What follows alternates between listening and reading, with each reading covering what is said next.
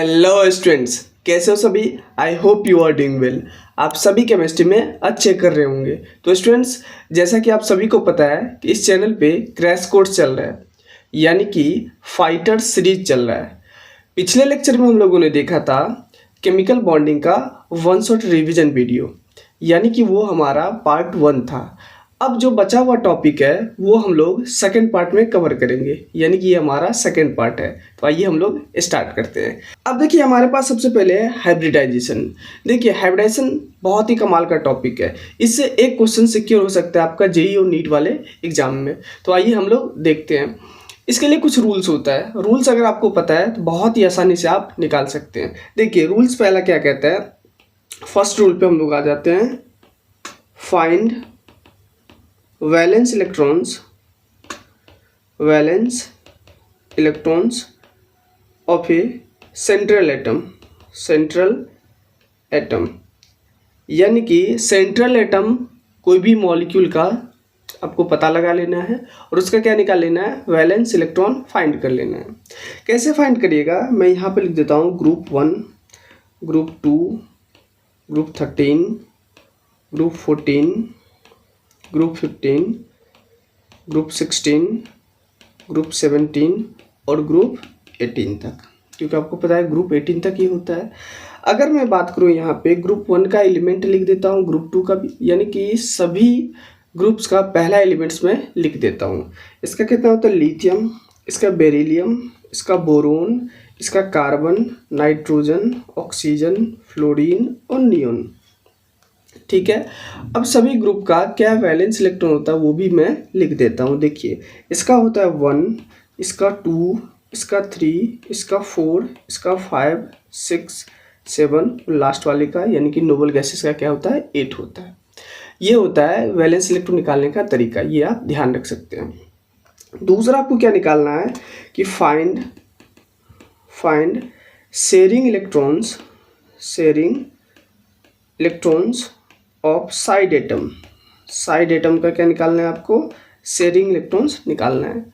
Side atom कौन होगा, यानी कि सेंट्रल एटम के अलावा जो भी यानी कि एलिमेंट्स उसमें प्रेजेंट होगा कोई भी मॉलिक्यूल में, वो क्या हो जाएगा, यानी कि एटम्स प्रेजेंट होगा, वो क्या हो जाएगा, साइड एटम हो जाएगा। अब ध्यान से सुनिएगा, शेयरिंग इलेक्ट्रॉन्स को आप ये भी कह सकते हैं, दूसरे शब्द में कोवेलेंसी भी कह सकते हैं। ठीक है, तो मैं यहाँ पे लिखता हूँ, जैसे मान लीजिए हाइड्रोजन एंड हेलोजन लिया मैंने, तो वो क्या करता है, एक इलेक्ट्रॉन्स का शेयरिंग करता है, तो मैं लिख देता हूँ 1 इलेक्ट्रॉन का शेयरिंग करता है। अगर मान लीजिए ऑक्सीजन होता है तो वो 2 इलेक्ट्रॉन का शेयरिंग करेगा। अगर मान लीजिए नाइट्रोजन होगा तो वो कितने का करेगा, 3 इलेक्ट्रॉन का शेयरिंग करेगा।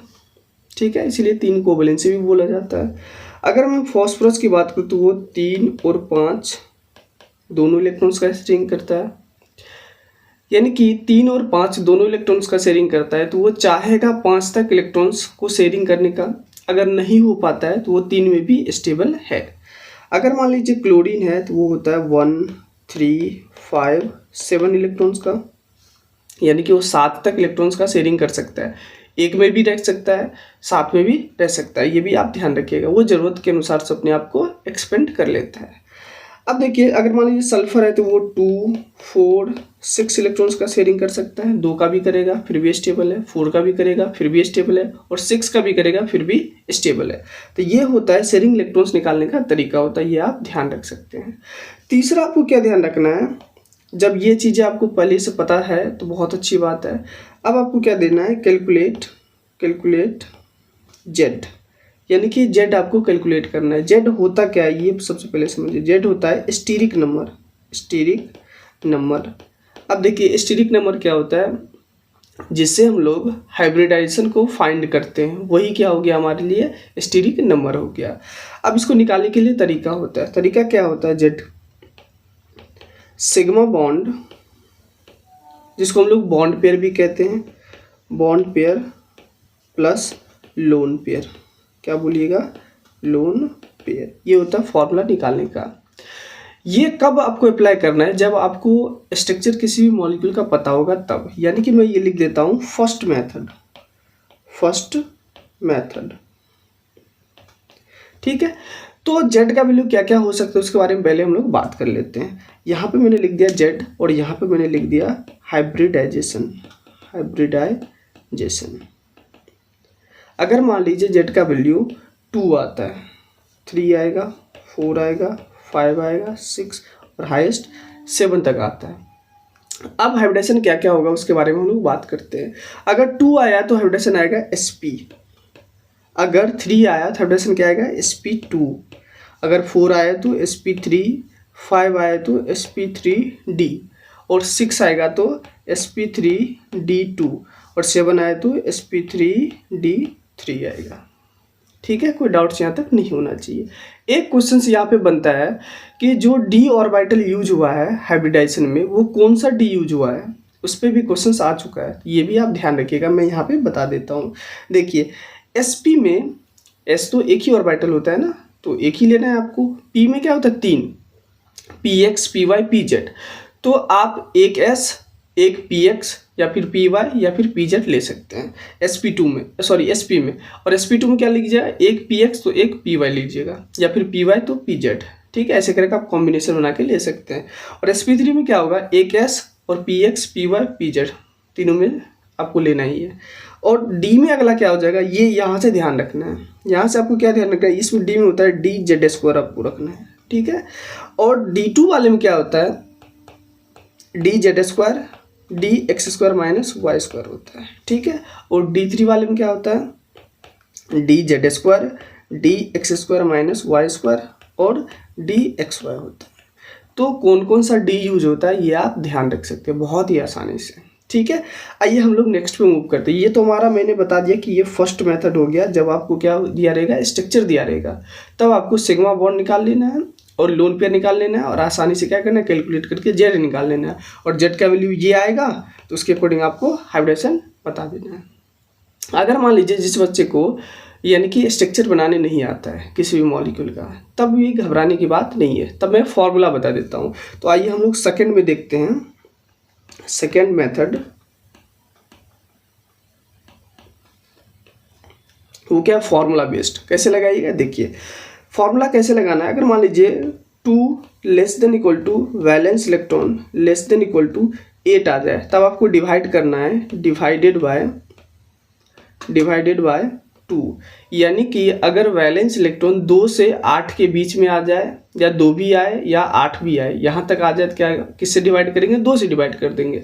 अगर मान लीजिए 9 less than equal to valence electron less than equal to कितना आ जाए, 56 आ जाए, तब आपको डिवाइड करना है, डिवाइडेड बाय 8। यानी कि तब आपको 8 से डिवाइड कर देना है। अगर मान लीजिए 56 टू हायर आ जाए, यानी कि आप डायरेक्ट ये से ध्यान रख लीजिए 56 टू हायर, मतलब उससे अगर ज़्यादा आ जाए तो डिवाइड करना है, डिवाइडेड बाय 18। तो ये रूल्स होता है, ये आपको ध्यान रखना है, यहाँ पे कोई डाउट्स नहीं होना चाहिए। अब इसको कैसे अप्लाई करना है उसके बारे में हम लोग आगे क्वेश्चंस में देखते हैं।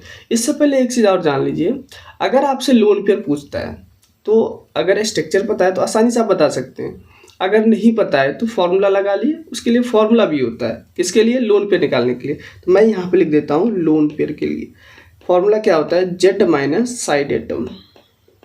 यानी कि जो आपका हाइब्रिडाइजेशन वाला नंबर आया ना, उसमें से क्या कर दीजिए, जो सराउंडिंग एटम है, जो साइड वाला एटम है उस मॉलिक्यूल में, उसको माइनस कर दीजिए, तो उसका क्या आ जाएगा, लोन पेयर आ जाएगा। अभी क्वेश्चंस पे अप्लाई करके मैं बता देता हूँ।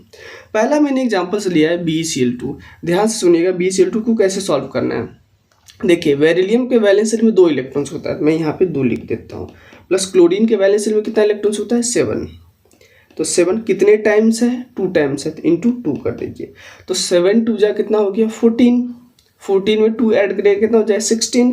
यानी कि 16 में कितने से डिवाइड करना है, नंबर कहाँ से बीच में लाई कर रहा है, 9 से 56 के बीच में लाई कर रहा है, यानी कि 8 से डिवाइड करना है। तो 8 2 जा 16 कट गया, 2 क्या आ गया, जेड का वैल्यू। अब जेड का वैल्यू अगर 2 आता है तो हाइब्रिडाइजेशन क्या निकल के आता है, sp निकल के आता है, sp। अगर लोन पेयर की मैं बात करूं तो जेड माइनस साइड एटम। अच्छा, जेड कितना आया हमारे पास, 2 आया। साइड एटम कितना है हमारे पास, क्लोरीन, देखिए कितने टाइम्स है, 2। तो 2 में से 2 गया, कितना बचा, 0। यानी कि यहाँ पे लोन पेयर कितना है, 0 है। तो बहुत ही आसान है, बस आपको पैटर्न को सही से पकड़ना है। अगला है BCl3। बोरोन के वैलेंस शेल में 3 इलेक्ट्रॉन्स होता है। क्लोरीन के मैंने फिर से बताया हेलोजन फैमिली का है, 17 का 7, 7 इंटू 3 कितने टाइम्स है, 3 टाइम्स। 7 3 जा कितना होगा, 21, 21 में 3 ऐड करेगा तो कितना हो जाएगा, 24 हो जाएगा, 24। अच्छा 24 में कितने से डिवाइड करना है हमको, 8 से, क्योंकि इसी के बीच में ये नंबर लाई कर रहा है, तो 8 से। 8 3 जा 24, कट गया, 3 आया जेड का वैल्यू। अच्छा 3 पे अपडेशन क्या आएगा, sp2 आ जाएगा, ठीक है। अगर sp2 आ गया तो अब हमको क्या निकालना है, लोन पेयर निकालना है। लोन पेयर क्या क्या करना है हमको, जेड माइनस साइड एटम कर देना है। जेड कितना आ गया हमारे पास, 3, साइड एटम कितना है हमारे पास, 3 क्लोरीन है, तो 3 में से 3 गया, कितना बचा, 0 लोन पेयर बच गया। तो ये भी बहुत आसान है, इसको भी आप ध्यान रख सकते हैं। नेक्स्ट क्वेश्चन है हमारे पास वाटर। अब देखिए वाटर में कैसे निकालना है, ऑक्सीजन के वैलेंस शेल में 6 होता है और हाइड्रोजन के वैलेंस शेल में 1 इलेक्ट्रॉन्स होता है। 1 इंटू 2 प्लस ऑक्सीजन का कितना होता है, 6 होता है, 6 टोटल कैलकुलेट करिएगा कितना नंबर आएगा, ये 8 आ जाएगा। अब देखिए 8 में कितने से डिवाइड करना है हमको, 2 से करना है, तो 2 से डिवाइड कर दीजिए, तो 2 4 जा कितना हो जाएगा, 8, कट गया ये, 4 के लिए एडिशन क्या हो जाएगा, sp3 आ जाएगा, ठीक है। अब लोन पेयर निकालिए। लोन पेयर के लिए क्या करना है हमको, Z minus side item. Z कितना है हमारे पास, 4, 4 में से साइड आइटम कितना हमारे पास, 2, तो 4 में से 2 चला गया, कितना बचा, 2 हमारे पास लोन पेयर बच गया। बहुत ही आसान है। अब देखिए NH3 अमोनिया, नाइट्रोजन के वैलेंस शेल में 5 होता है, हाइड्रोजन का 1 होता है, कितने टाइम्स है, 3 टाइम्स है। चलिए सॉल्व कर दीजिए, टोटल कितना है, 8, कितने से डिवाइड करना, 2, 2 4 जा 8, कट गया, 4 के लिए एडिशन sp3। अच्छा लोन पेयर निकालिए, Z minus side atom, Z minus side atom. अच्छा जेड कितना आ गया हमारे पास, 4, 4 में से साइड एटम कितना है हमारे पास, हाइड्रोजन कितना है, 3। देखिए एक चीज़ ध्यान रखिएगा, हाइड्रोजन और फ्लोरीन कभी भी सेंट्रल एटम के जैसा काम नहीं करता, एक्ट नहीं करता, ये चीज़ ध्यान रखिएगा। तो हाइड्रोजन तो कभी होगा ही नहीं, क्योंकि वो मल्टीपल बॉन्ड फॉर्मेशन नहीं कर पाता है। तो Z-3 यानी कि 4-3 कितना हो गया, 1 लोन पेयर, ठीक है। बहुत आसान है, बस आपको पैटर्न को सही से पकड़ना है, ठीक है। अब देखिए नेक्स्ट क्वेश्चन पे लोग मूव करते हैं। XeF6 जेनन के वैलेंस शेल में 8 होता है, फ्लोरीन का 7 होता है, इंटू 6, 7 6 जा कितना हो जाएगा, 42, 42 में 8 ऐड करिएगा, कितना हो जाएगा, 50, 50 में कितने से डिवाइड करना है हमको, 8 से। अब देखिए 8 5 जा कितना होता है, 40, 8 6 जा 48 हो जाता है। मैं लगा देता हूँ 8 6 जा 48, कितना बचा, 2। देखिए ये कितना बच गया, रिमाइंडर हमारे पास 2 बच गया। अभी भी हमको डिवाइड करना, अभी भी डिवाइड हो सकता है, तो 2 1 जा 2 लगा दीजिए, कट गया। 6 और 1 दोनों क्या आ गया, कोसेंट, दोनों कोसेंट को क्या कर दीजिए, ऐड कर दीजिए, कितना हो जाएगा, 7। 7 में कितने यानी कि हाइब्रिडेशन कितना आएगा, sp3d3। अच्छा लोन पेयर निकालिएगा तो क्या हो जाएगा, 7 माइनस 6 कितना हो जाएगा, 1 लोन पेयर आ जाएगा। बहुत आसान है, ठीक है। नेक्स्ट है XeF5 नेगेटिव। अब देखिए जेनन के वैलेंस शेल में कितना होता है, 8 प्लस फ्लोरीन के वैलेंस शेल में 7, कितने टाइम्स है, 5 टाइम्स। एक नेगेटिव चार्ज है, ऐड कर दीजिए, पॉजिटिव रहेगा तो माइनस कर देना है, तो 1 ऐड कर दीजिए।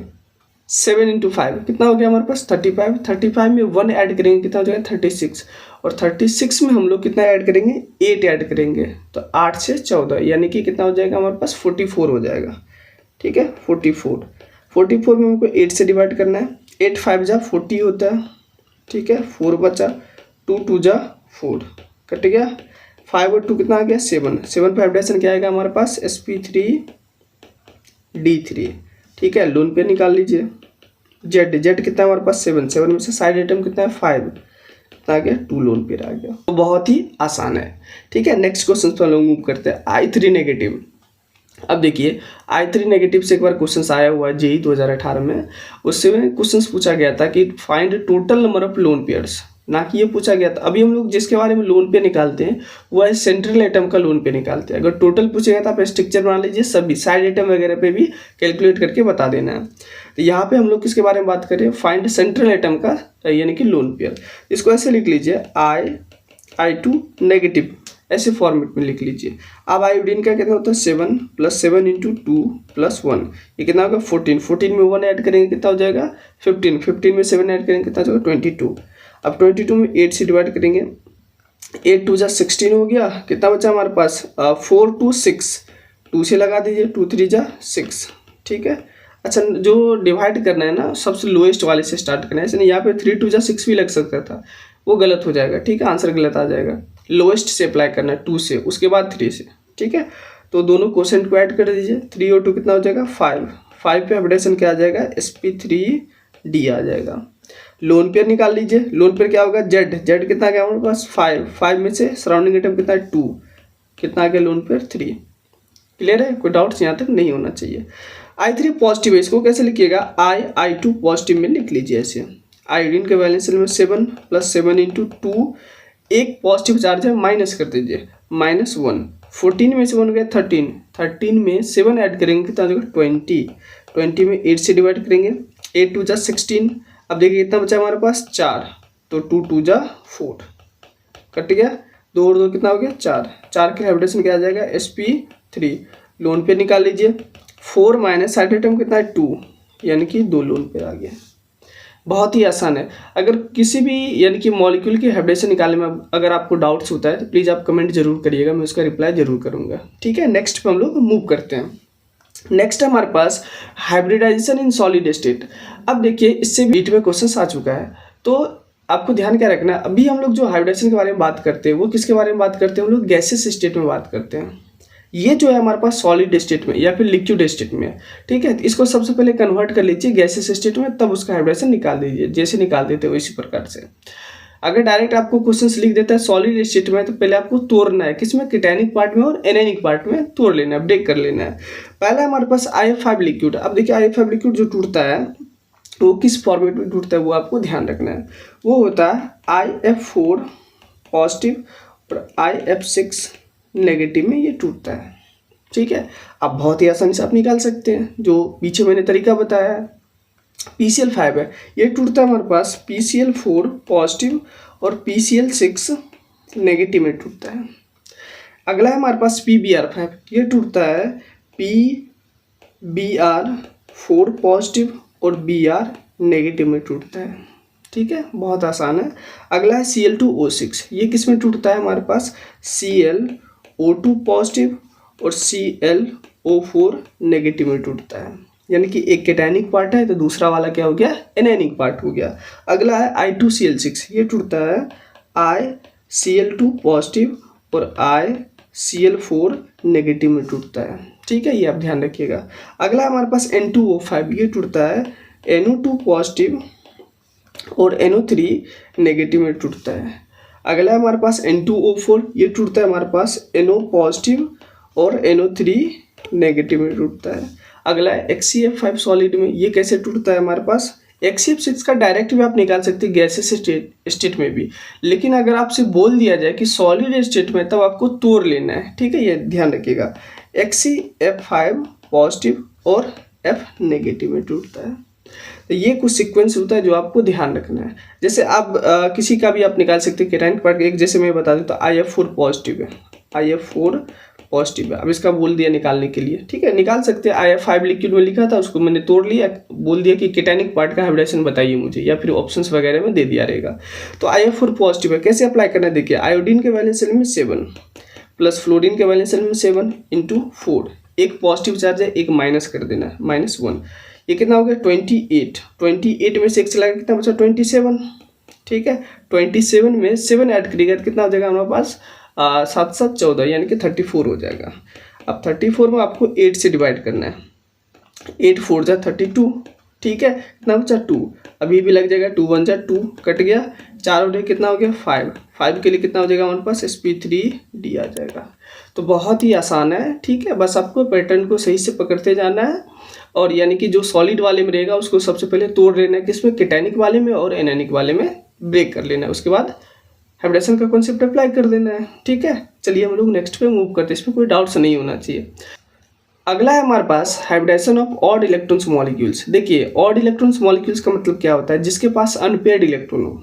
ठीक है, जैसे 1 3 5 7 ऐसे करके क्या होता है ऑड नंबर होता है ना, तो यहाँ पे जनरली क्या होगा एक इलेक्ट्रॉन्स होगा, यानी कि पेयर्ड इलेक्ट्रॉन्स नहीं होगा। पेयर्ड इलेक्ट्रॉन्स किसको कहते हैं, लोन पेयर वाले को, यानी कि लोन पेयर क्या होता है, नॉन बॉन्डेड इलेक्ट्रॉन्स पेयर्स, यानी कि जो बॉन्डिंग में पार्टिसिपेट नहीं किया है, एक्स्ट्रा इलेक्ट्रॉन्स रखा हुआ है, ठीक है, जरूरत पड़ने पे कर सकता है, उसको हम लोग कहते हैं लोन पेयर। यहाँ पे किसके बारे में बात करें हम लोग, अनपेयर्ड इलेक्ट्रॉन्स के बारे में। तो अनपेयर्ड इलेक्ट्रॉन कब पार्टिसिपेट करेगा हाइब्रिडाइजेशन में और कब नहीं करेगा, इसके बारे में आपको ध्यान रखना है। कुछ रूल्स होता है, मैं लिख देता हूँ, ठीक है। पहला रूल्स ये कहता है कि फर्स्ट रूल्स ये कहता है कि इलेक्ट्रोनेगेटिविटी ऑफ साइड एटम क्या होना चाहिए हमारे पास, यानी कि ज़्यादा होना चाहिए। इलेक्ट्रोनेगेटिविटी साइड एटम क्या होना चाहिए, ज़्यादा होना चाहिए। किससे, इलेक्ट्रोनेगेटिविटी ऑफ सेंट्रल एटम से, ठीक है। तब क्या होगा, तब होगा हमारे पास अनपेयर्ड इलेक्ट्रॉन पार्टिसिपेट करेगा। तो हम लोग क्या लिखेंगे, unpaired electron participate in, unpaired electron of central atom लिख लीजिए, unpaired electron of central atom participate in hybridization, ठीक है। वो हाइब्रिडाइजेशन में क्या करेगा, पार्टिसिपेट करेगा। कैसे करेगा, जैसे एग्जांपल्स देखिए, जैसे मैंने ले लिया CF3, ठीक है, कार्बन पे क्या है, एक इलेक्ट्रॉन से बचा हुआ, क्योंकि कार्बन ने यहाँ पे 3 बॉन्ड बनाया है, तो कार्बन के वैलेंस शेल में 4 इलेक्ट्रॉन्स होता है, तो एक क्या किया उसने रखा हुआ है, बाकी 3 क्या किया, यूज किया हुआ है। अब देखिए CF3 का स्ट्रक्चर बना लीजिए, ऐसा होता है, ठीक है। और एक क्या होता है हमारे पास, अनपेयर्ड इलेक्ट्रॉन, ये क्या हमारे पास, यूपी इलेक्ट्रॉन्स, ठीक है। अच्छा, यूपी इलेक्ट्रॉन का मतलब क्या होता है, अनपेयर्ड इलेक्ट्रॉन। ये क्या है, फ्लोरीन का इलेक्ट्रोनेगेटिविटी कितना होता है, 4। आपको पता है कि हाईएस्ट मोस्ट इलेक्ट्रोनेगेटिव एलिमेंट है पूरे पीरियोडिक टेबल का। और कार्बन का कितना होता है, 2.5 होता है। अब देखिए सेंट्रल एटम के अलावा फ्लोरीन का क्या इलेक्ट्रोनेगेटिविटी ज़्यादा है। अब इलेक्ट्रोनेगेटिविटी उसका ज़्यादा होगा, तो आप क्या करिएगा, ध्यान से सुनिएगा कि आपको जो अनपेयर्ड इलेक्ट्रॉन है उसको पार्टिसिपेट करवा देना है, किसमें, बॉन्ड फॉर्मेशन में, यानी कि हाइब्रिडाइजेशन में। अब देखिए तो कैसे होगा, हमारे पास 1 सिग्मा 2 सिग्मा 3 सिग्मा, और ये क्या होगा, अनपेयर्ड इलेक्ट्रॉन, मतलब 3 सिग्मा प्लस 1 यूपी इलेक्ट्रॉन के टोटल स्टेरिक नंबर कितना होगा, 4 के लिए हाइब्रिडेशन क्या हो जाएगा, sp3 हो जाएगा, ठीक है। ऐसा कभी भी केस बने तो आपको अप्लाई कर देना है, क्या, अनपेयर्ड इलेक्ट्रॉन को काउंट कर लेना है। अगर मान लीजिए दूसरा केस ये बनता है, second case, electronegativity of side atom कम होगा, किससे, इलेक्ट्रोनेगेटिविटी ऑफ सेंट्रल एटम से, ठीक है। तब क्या करना है आपको, वो चीज़ ध्यान रखिए। तब आपके पास ये लिखूंगा मैं कि unpaired electron of central atom does not participate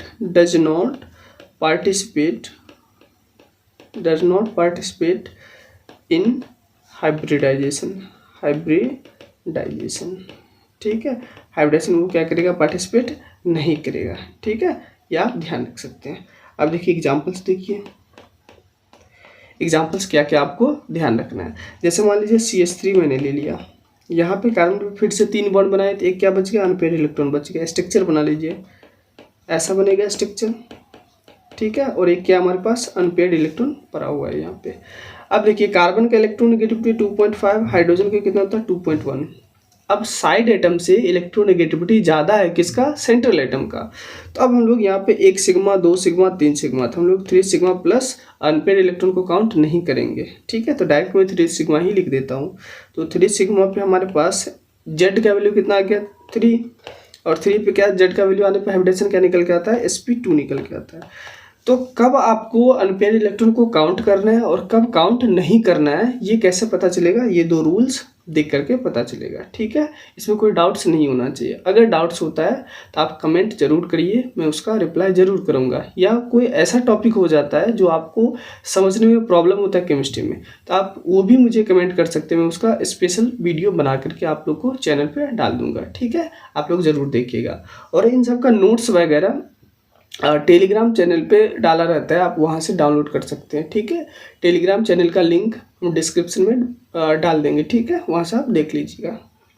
चलिए हम लोग नेक्स्ट पे मूव करते हैं। नेक्स्ट है हमारे पास VSEPR थ्योरी। अब देखिए VSEPR थ्योरी क्या होता है, valence shell electron pair repulsion theory, यानी कि ये बात किसके बारे में कर रहा है, वैलेंस शेल के इलेक्ट्रॉन्स पेयर का क्या होता है, रिपल्सन के बारे में हम लोग बात करते हैं। तो पहला आपको यहाँ पे ध्यान ही यही रखना है कि रिपल्सन ऑर्डर क्या होता है, रिपल्सन ऑर्डर, ठीक है, ये होता है हमारे पास, उसके बारे में हम लोग बात कर लेते हैं। सबसे ज़्यादा होता है लोन पेयर, लोन पेयर का रिपल्सन सबसे तगड़ा होता है। उसके बाद होता है लोन पेयर बॉन्ड पेयर का, और लास्ट में होता है बॉन्ड पेयर बॉन्ड पेयर का, बॉन्ड पेयर और बॉन्ड पेयर का। ये आप ध्यान रख सकते हैं, सीक्वेंस हमारा यही बनेगा। फिर से मैं रिपीट कर देता हूँ, रिपल्सन ऑर्डर यानी कि किसके बारे में बात कर रहे हैं, वैलेंस शेल के इलेक्ट्रॉन्स पेयर का रिपल्सन ऑर्डर के बारे में बात कर रहे हैं। तो सबसे ज़्यादा रिपल्सन किसका होगा, लोन पेयर का, उसके बाद लोन पेयर बॉन्ड पेयर का, और लास्ट में किसका होगा, बॉन्ड पेयर बॉन्ड पेयर का होता है। तो इसमें जनरली चेंज क्या होता है, स्ट्रक्चर के बारे में लोग तो बात करते ही है, ज्योमेट्री के वगैरह में बात करते ही है, इसके अलावा इसमें शेप के वगैरह में भी बात करते हैं। अब देखिए समझिएगा ध्यान से कि ज्योमेट्री और शेप कब यानी कि सेम होगा और कब अलग होगा, उसके बारे में बात कर लेते हैं। अगर लोन पेयर 0 रहता है तो जो ज्योमेट्री आएगा वही क्या हो जाएगा, उसका शेप भी हो जाएगा। अगर लोन पेयर आ जाता है तो उसके कारण क्या होता है, रिपल्सन होता है, और रिपल्सन होगा क्या होगा, ज्योमेट्री क्या हो जाएगा, चेंज हो जाएगा। ज्योमेट्री वही रहेगा लेकिन ज्योमेट्री से थोड़ा सा चेंज होने के कारण उसका शेप बदल जाता है, ठीक है। शेप में क्या करते हैं हम लोग, सिर्फ बॉन्ड पेयर को काउंट करते हैं, लोन पेयर को छोड़ देते हैं, ठीक है। और ज्योमेट्री में क्या करते हैं, हम सभी को काउंट करते हैं, लोन पेयर वगैरह बॉन्ड पेयर वगैरह सभी को काउंट करते हैं। ये आप ध्यान रखिएगा। तो मैं फिर से रिपीट कर देता हूँ, अगर लोन पेयर आएगा तो शेप बदल जाएगा, अगर लोन पेयर नहीं आएगा तो ज्योमेट्री और शेप दोनों क्या हो जाएगा, इक्वल हो जाएगा। क्लियर है, कोई डाउट्स नहीं होना चाहिए। अब ये टेबल होता है, ये टेबल मैं बना देता हूँ, आपको वो ध्यान रखना है, ठीक है। आइए हम लोग एक एक करके डिस्कशन करते हैं। यहाँ पे सबसे पहले हम लोग लिखेंगे, ये जेड मैंने लिख दिया, जेड मतलब स्टेरिक नंबर जिससे हम लोग हाइब्रिडेशन को काउंट करते हैं। यहाँ पे मैंने लिख दिया बॉन्ड पेयर, बॉन्ड पेयर जिसको हम लोग सिग्मा बॉन्ड भी कहते हैं। यहाँ पे मैंने लिख दिया लोन पेयर, यहाँ हाइब्रिडाइजेशन, ठीक है। यहाँ पे मैंने लिखा ज्योमेट्री। एक चीज़ और ध्यान रखिएगा, ज्योमेट्री और स्ट्रक्चर क्या होता है, सेम ही होता है। यहाँ पे मैं स्ट्रक्चर भी लिख देता हूँ और लास्ट में मैं लिखता हूँ शेप, ठीक है। अब एक एक करके ये हम लोग देखते हैं। देखिए अगर जेड का वैल्यू हमारे पास 2 आता है तो बॉन्ड पेयर भी हमको क्या लेना है 2, लोन पेयर क्या लेना है 0, तो हाइब्रिडेशन क्या निकल के आएगा SP, ठीक है। यानी कि ज्योमेट्री क्या निकल के आएगा हमारे पास, SP पे होता है लीनियर शेप होता है। कैसा होता है, लीनियर। ज्योमेट्री भी होता है, स्ट्रक्चर भी, और शेप भी क्या होता है, लीनियर ही होता है। क्योंकि लोन पेयर क्या है हमारे पास 0 है तो ज्योमेट्री इक्वल टू क्या हो जाएगा, शेप हो जाएगा। अगर लोन पेयर अगर कुछ आएगा तो geometry does not equal to shape हो जाएगा। अगर जेड का वैल्यू मान लीजिए हमारे पास 3 आया तो बॉन्ड पेयर भी 3 लेना है, लोन पेयर 0 था, हाइब्रिडेशन क्या आ जाएगा SP2। ज्योमेट्री क्या होगा हमारे पास, ट्राइगोनल, ट्राइगोनल प्लेनर, ठीक है। ये आप ध्यान रखिएगा, यहाँ पे भी क्या हो जाएगा, ट्राइगोनल प्लेनर। जेड का वैल्यू 3 होता है तो हमारे पास बॉन्ड पेयर क्या होगा 2, लोन पेयर 1 का केस ले लेते हैं, हाइब्रिडेशन सेम रहेगा, ज्योमेट्री स्ट्रक्चर सेम रहेगा, और शेप बदल जाएगा। शेप इस बार क्या हो जाएगा, बेंट हो जाएगा, या फिर V शेप हो जाएगा, या फिर एंगुलर हो जाएगा, एंगुलर हो जाएगा, ठीक है। ये आप ध्यान रखिएगा। अगर मान लीजिए 4 का केस बनता है, 4 बॉन्ड पेयर और 0 लोन पेयर का केस है, तो हाइब्रिडेशन क्या आ जाएगा SP3, और ज्योमेट्री और स्ट्रक्चर क्या हो जाएगा, टेट्राहेड्रल, टेट्राहेड्रल, टेट्राहेड्रल को हम लोग TD से भी रिप्रेजेंट करते हैं। अब देखिए ये भी क्या हो जाएगा, TD ही हो जाएगा क्योंकि 0 लोन पेयर है। अगर 4 में हमारे पास 3 बॉन्ड पेयर का केस बनता है और 1 लोन पेयर का केस बन जाता है, तो हाइब्रिडेशन क्या आ जाएगा SP3, ज्योमेट्री सेम रहेगा लेकिन इस बार शेप बदल जाएगा। शेप क्या हो जाएगा, पिरामिडल हो जाएगा। क्या हो जाएगा, ट्राइगोनल पिरामिडल, पिरामिडल, यानी कि आप डायरेक्ट पिरामिडल भी कह सकते हैं, कोई डाउट्स नहीं होना चाहिए, ठीक है। ट्राइगोनल भी लिखा रहता है कई जगह पे, कई जगह पे पिरामिडल भी लिखा रहता है। तो 4 का केस हो गया हमारे पास। अब देखते हैं हम लोग 4 के केस में 2 बॉन्ड पेयर का देखते हैं और 2 लोन पेयर का देख लेते हैं। हाइब्रिडेशन सेम रहेगा, ज्योमेट्री और स्ट्रक्चर दोनों सेम रहेगा, शेप बदल जाएगा। शेप क्या हो जाएगा इस बार, यानी कि 2 लोन पेयर का केस बन गया, क्या हो जाएगा, बेंट शेप, या फिर V शेप, या फिर एंगुलर हो जाता है, ठीक है। यहाँ तो कोई डाउट्स नहीं होना चाहिए। अब 5 में देखिए, 5 में हमारे पास 5 बॉन्ड पेयर का केस बनता है और 0 लोन पेयर का केस बनता है, तो हाइब्रिडेशन क्या हो जाएगा हमारे पास SP3 डी हो जाएगा, यानी कि ज्योमेट्री और स्ट्रक्चर क्या हो जाएगा, टीबीपी। टीबीपी क्या होता है हमारे पास, ट्राइगोनल बाई पिरामिडल। ये भी क्या हो जाएगा हमारे पास, टीबीपी, यानी कि ट्राइगोनल बाई पिरामिडल। ठीक है, आप लोग नाम लिख लीजिएगा, मैंने बस आपको शॉर्ट फॉर्म में बता दिया है। ठीक है, अब देखिए 5 का हमारे पास क्या है, जेड का नंबर है, 4 बॉन्ड पेयर आ गया है, एक लोन पेयर का केस बन गया, हाइब्रिडाइजेशन सेम रहेगा, ज्योमेट्री सेम रहेगा, यानी कि चेंज क्या हुआ हमारे पास, शेप चेंज हो गया, यानी कि 5 में एक लोन पेयर आ जाएगा तो हमारे पास हो जाएगा सी सॉ शेप, सी सॉ शेप हो जाएगा, या फिर पाई शेप भी बोला जाता है, या फिर के शेप, या फिर डिस्टॉर्टेड टेट्राहेड्रल भी बोला जाता है। मतलब ये 4 नाम होता है, आपको चारों ध्यान रख लेना है। ठीक है, जगह जगह पे आपको बहुत सारे बुक में नाम वेरी हो सकता है। ठीक है, बहुत सारे बुक में पाई शेप भी लिखा है, के शेप भी लिखा है। ठीक है, और डिस्टॉर्टेड टेट्राहेड्रल भी लिखा हुआ है। अब देखिए 5 में हमारे पास 3 बॉन्ड पेयर का केस है, 2 लोन पेयर का केस बन जाते हैं, तब क्या होगा, हाइब्रिडाइजेशन सेम रहेगा, ज्योमेट्री स्ट्रक्चर सेम रहेगा, शेप बदल जाएगा। शेप इस पर क्या जो है, 2 लोन पेयर का केस है। ठीक है, तो क्या हो जाएगा, टी शेप। क्या बोलेंगे हम लोग, टी शेप बोलेंगे। अगर 5 में हमारे पास 2 बॉन्ड पेयर है और 3 लोन पेयर का केस बनता है तो हाइब्रिडाइजेशन सेम रहेगा, ज्योमेट्री सेम रहेगा, शेप बदल जाएगा, इस पर क्या हो जाएगा, लीनियर हो जाएगा, लीनियर हो जाएगा। ठीक है, अगर मान लीजिए 6 बॉन्ड पेयर का केस बनता है, यानी कि जेड का नंबर 6 है, तो 6 बॉन्ड पेयर ले लेते हैं और 0 लोन पेयर, हाइब्रिडाइजेशन क्या हो जाएगा, sp3d2। अच्छा, यानी कि ज्योमेट्री क्या हो जाएगा हमारे पास, ओक्टाहेड्रल, ओक्टाहेड्रल। ठीक है, अच्छा एक चीज़ और ध्यान रखिएगा, इसको एक और नाम कहते हैं हम लोग, स्क्वायर बाई पिरामिडल भी कहते हैं, स्क्वायर बाई पिरामिडल। ठीक है, ये भी ध्यान रख सकते हैं। यहाँ पे भी क्या बोलेंगे, ओक्टाहेड्रल, ओक्टाहेड्रल, या फिर square bipyramidal, bipyramidal. ठीक है, ये भी आप ध्यान रख सकते हैं। अगर 6 में हमारे पास 5 बॉन्ड पेयर होता है और एक लोन पेयर होता है तो हाइब्रिडाइजेशन सेम रहेगा, ज्योमेट्री भी सेम रहेगा, शेप इस पर बदल जाएगा। शेप क्या हो जाएगा हमारे पास, स्क्वायर पिरामिडल हो जाएगा, पिरामिडल। ठीक है, बाय पिरामिडल ऊपर था, यहाँ पे क्या हो जाएगा, पिरामिडल हो जाएगा। अगर 6 में हमारे पास 4 बॉन्ड पेयर है, 2 लोन पेयर का केस बनता है तो हाइब्रिडाइजेशन सेम रहेगा, ज्योमेट्री स्ट्रक्चर सेम रहेगा, शेप इस बार बदल जाएगा, क्या हो जाएगा, स्क्वायर प्लेनर हो जाएगा, स्क्वायर प्लेनर हो जाएगा। ठीक है, अगर मान लीजिए हमारे पास 7 का केस बनता है, 7 बॉन्ड पेयर और 0 लोन पेयर, हाइब्रिडाइजेशन क्या हो जाएगा, sp3d3। ज्योमेट्री स्ट्रक्चर क्या हो जाएगा, pbp। pbp का मतलब क्या होता है, पेंटागोनल बाई पिरामिडल, आप लोग लिख लीजिएगा। ठीक है, क्या मैंने बोला, पेंटागोनल बाई पिरामिडल, ये भी क्या हो जाएगा, pbp, पेंटागोनल बाई पिरामिडल। अब देखिए 7 में हमारे पास 6 बॉन्ड पेयर का केस बनता है और एक लोन पेयर अगर हम ले लेते हैं, हाइब्रिडाइजेशन सेम रहेगा, ज्योमेट्री भी सेम रहेगा, लेकिन शेप इस पर क्या हो जाएगा, बदल जाएगा। शेप क्या हो जाएगा हमारे पास, पेंटागोनल पिरामिडल हो जाएगा। ठीक है, क्या हो जाएगा, पेंटागोनल पिरामिडल, या फिर आप इसको ऐसे भी कह सकते हैं, डिस्टॉर्टेड ऑक्टाहेड्रल। ठीक है, क्या हो जाएगा, डिस्टॉर्टेड ऑक्टाहेड्रल, डिस्टॉर्टेड ऑक्टाहेड्रल। ठीक है, अच्छा 7 में हमारे पास 5 बॉन्ड पेयर है, 2 लोन पेयर का केस बनता है तो ये सब सेम रहेगा, ज्योमेट्री स्ट्रक्चर हाइब्रिडाइजेशन वगैरह, लेकिन शेप बदल जाएगा। शेप क्या हो जाएगा, पेंटागोनल प्लेनर हो जाएगा, पेंटागोनल प्लेनर हो जाएगा। मैंने यहाँ पे क्या बोला, डिस्टॉर्टेड ऑक्टाहेड्रल, या फिर एक और नाम क्या आप कह सकते हैं कि पेंटागोनल पिरामिडल। आप और करके लिख लीजिए, पेंटागोनल पिरामिडल। ठीक है, ये भी आप नाम ध्यान रख सकते हैं। तो ये होता है BSc का टेबल, जिसको आपको ध्यान रखना है। अगर कोई डाउट्स होता है तो आप प्लीज़ कमेंट जरूर करिएगा। हम लोग नेक्स्ट पे मूव करते हैं। नेक्स्ट है हमारे पास how to compare bond angles, यानी कि बॉन्ड एंगल को आप कैसे कंपेयर कर सकते हैं, उसके लिए कुछ रूल्स होता है। रूल्स को आपको ध्यान रखना है और आपसे आसानी से क्वेश्चंस बन जाएगा। तो आइए हम लोग एक एक करके रूल्स को देखते हैं। पहला रूल्स ये कहता है, चेक हाइब्रिडाइजेशन, हाइब्रिडाइजेशन। ठीक है, आप हाइब्रिडाइजेशन को चेक करिए।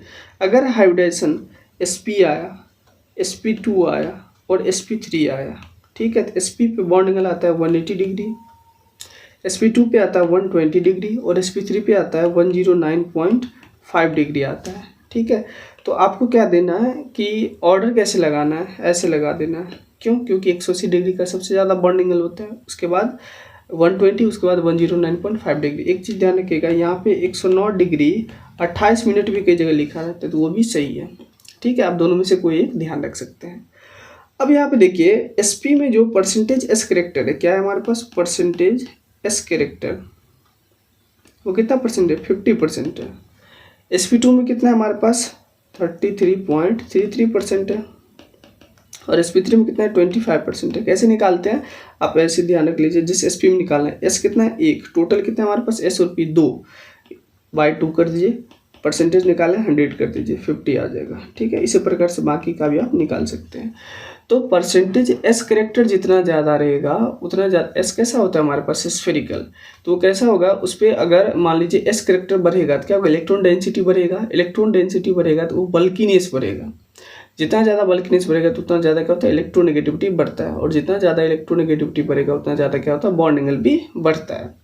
तो आप ये भी कह सकते हैं ना कि बॉन्ड एंगल डायरेक्टली प्रोपोर्शनल किसके? परसेंटेज ऑफ एस करेक्टर के, यानी कि परसेंटेज एस करेक्टर जिसका जितना ज़्यादा रहेगा उसका बॉन्ड एंगल भी क्या हो जाएगा? उतना ही ज़्यादा हो जाएगा। इसमें कोई डाउट्स नहीं होना चाहिए। तो हम लोग यहाँ पे या फिर चेक हाइब्रिडेशन या फिर परसेंटेज ऑफ एस करेक्टर भी आप चेक कर सकते हैं।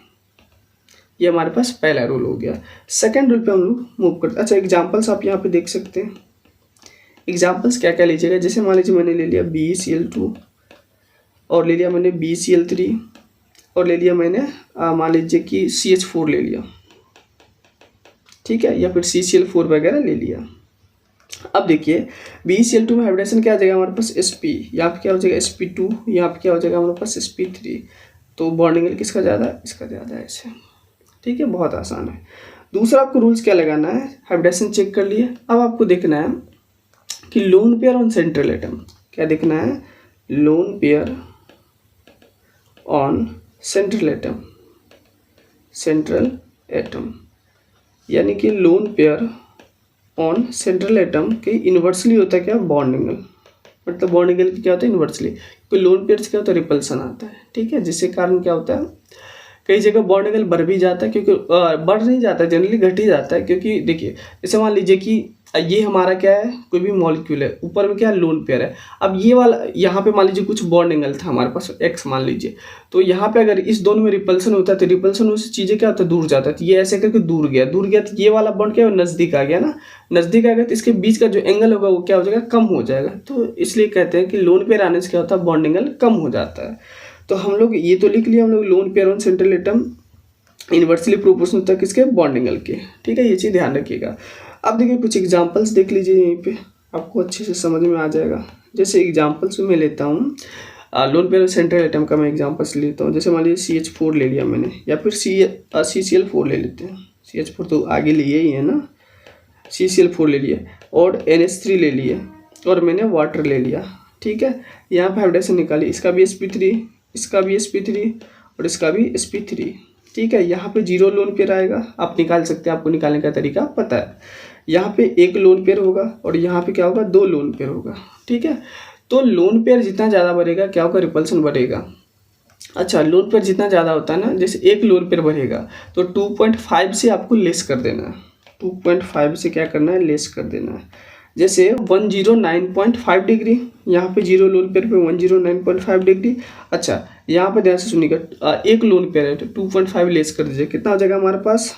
2.5 करेगा तो 107 के अप्रोक्स में आ जाएगा, और यहाँ पे करेगा तो 104.5 डिग्री के अप्रोक्स में आ जाएगा।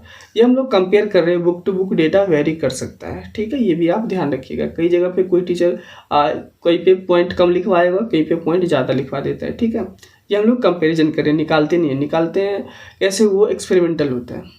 ठीक है, ये आप ध्यान रखिएगा। तो कंपेयर करिएगा तो बस ऐसे आपको सीक्वेंस ध्यान रखना है।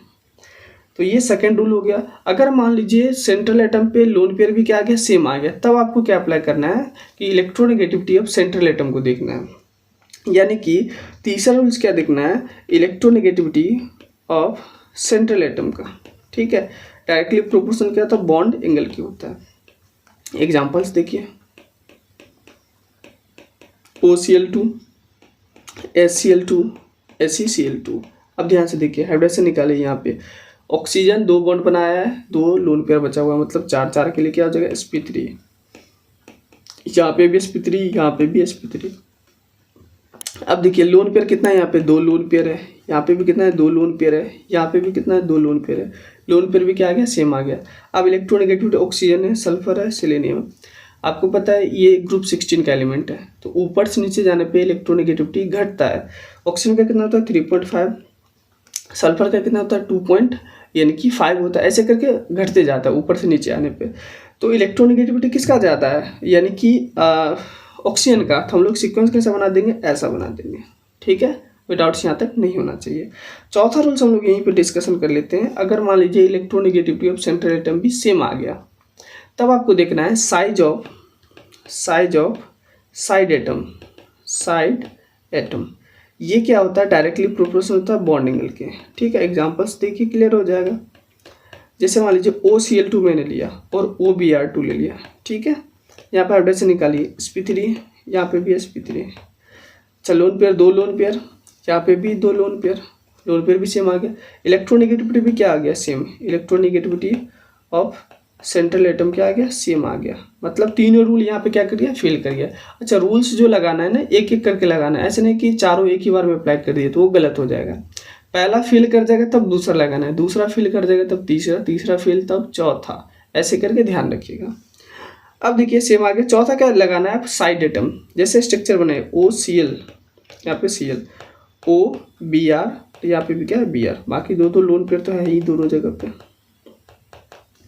यहाँ पे भी 2 लोन पेयर है और यहाँ पे भी 2 लोन पेयर है।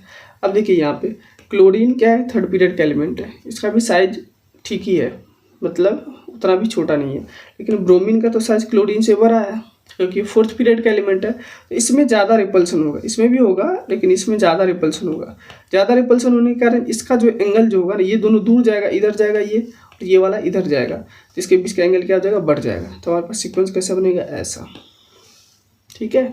ये 4 रूल्स होता है, चारों रूल्स को ध्यान से सुनिएगा। पहला क्या होता है, हाइब्रिडेशन चेक करिए, हाइब्रिडेशन सेम आ जाएगा तो लोन पेयर चेक करिए, लोन पेयर अगर सेम आ जाएगा तो सेंट्रल एटम का इलेक्ट्रोनेगेटिविटी अगर वो भी सेम आ जाएगा, तब आपको क्या ध्यान रखना है कि साइज ऑफ साइड एटम देखना है। मतलब सराउंडिंग एटम का साइज जितना ज़्यादा होगा, बॉन्ड एंगल उतना ज़्यादा हो जाएगा, ठीक है। और एक एक करके लगाना है, अप्लाई करना है, डायरेक्ट 4 अप्लाई नहीं कर देना है, ठीक है। कोई डाउट्स यहाँ तक नहीं होना चाहिए। अगर डाउट्स होता है तो फिर भी आप कमेंट करिए, मैं उसका आंसर जरूर करूँगा, ठीक है। नेक्स्ट में हम लोग मूव करते हैं। नेक्स्ट है हमारे पास रेजोनेंस। देखिए जब एमओटी फेल कर जाता है तब हम लोग रेजोनेंस लगाते हैं, ठीक है। एमओटी कहाँ तक अप्लाई हो रहा था, फॉर डायटोमिक मॉलिक्यूल्स के लिए। डायटोमिक मतलब क्या यानी कि नंबर ऑफ इलेक्ट्रॉन्स 20 तक ही ये चीज़ अप्लाई हो रहा था। अगर पॉलीएटॉमिक एनाइंस में मुझे बॉन्ड ऑर्डर निकालना है तो उसके लिए हम लोग किसका यूज़ करते हैं, रेजोनेंस का। तो हम लोग यहाँ पे डायरेक्ट लिखेंगे फॉर पॉलीएटॉमिक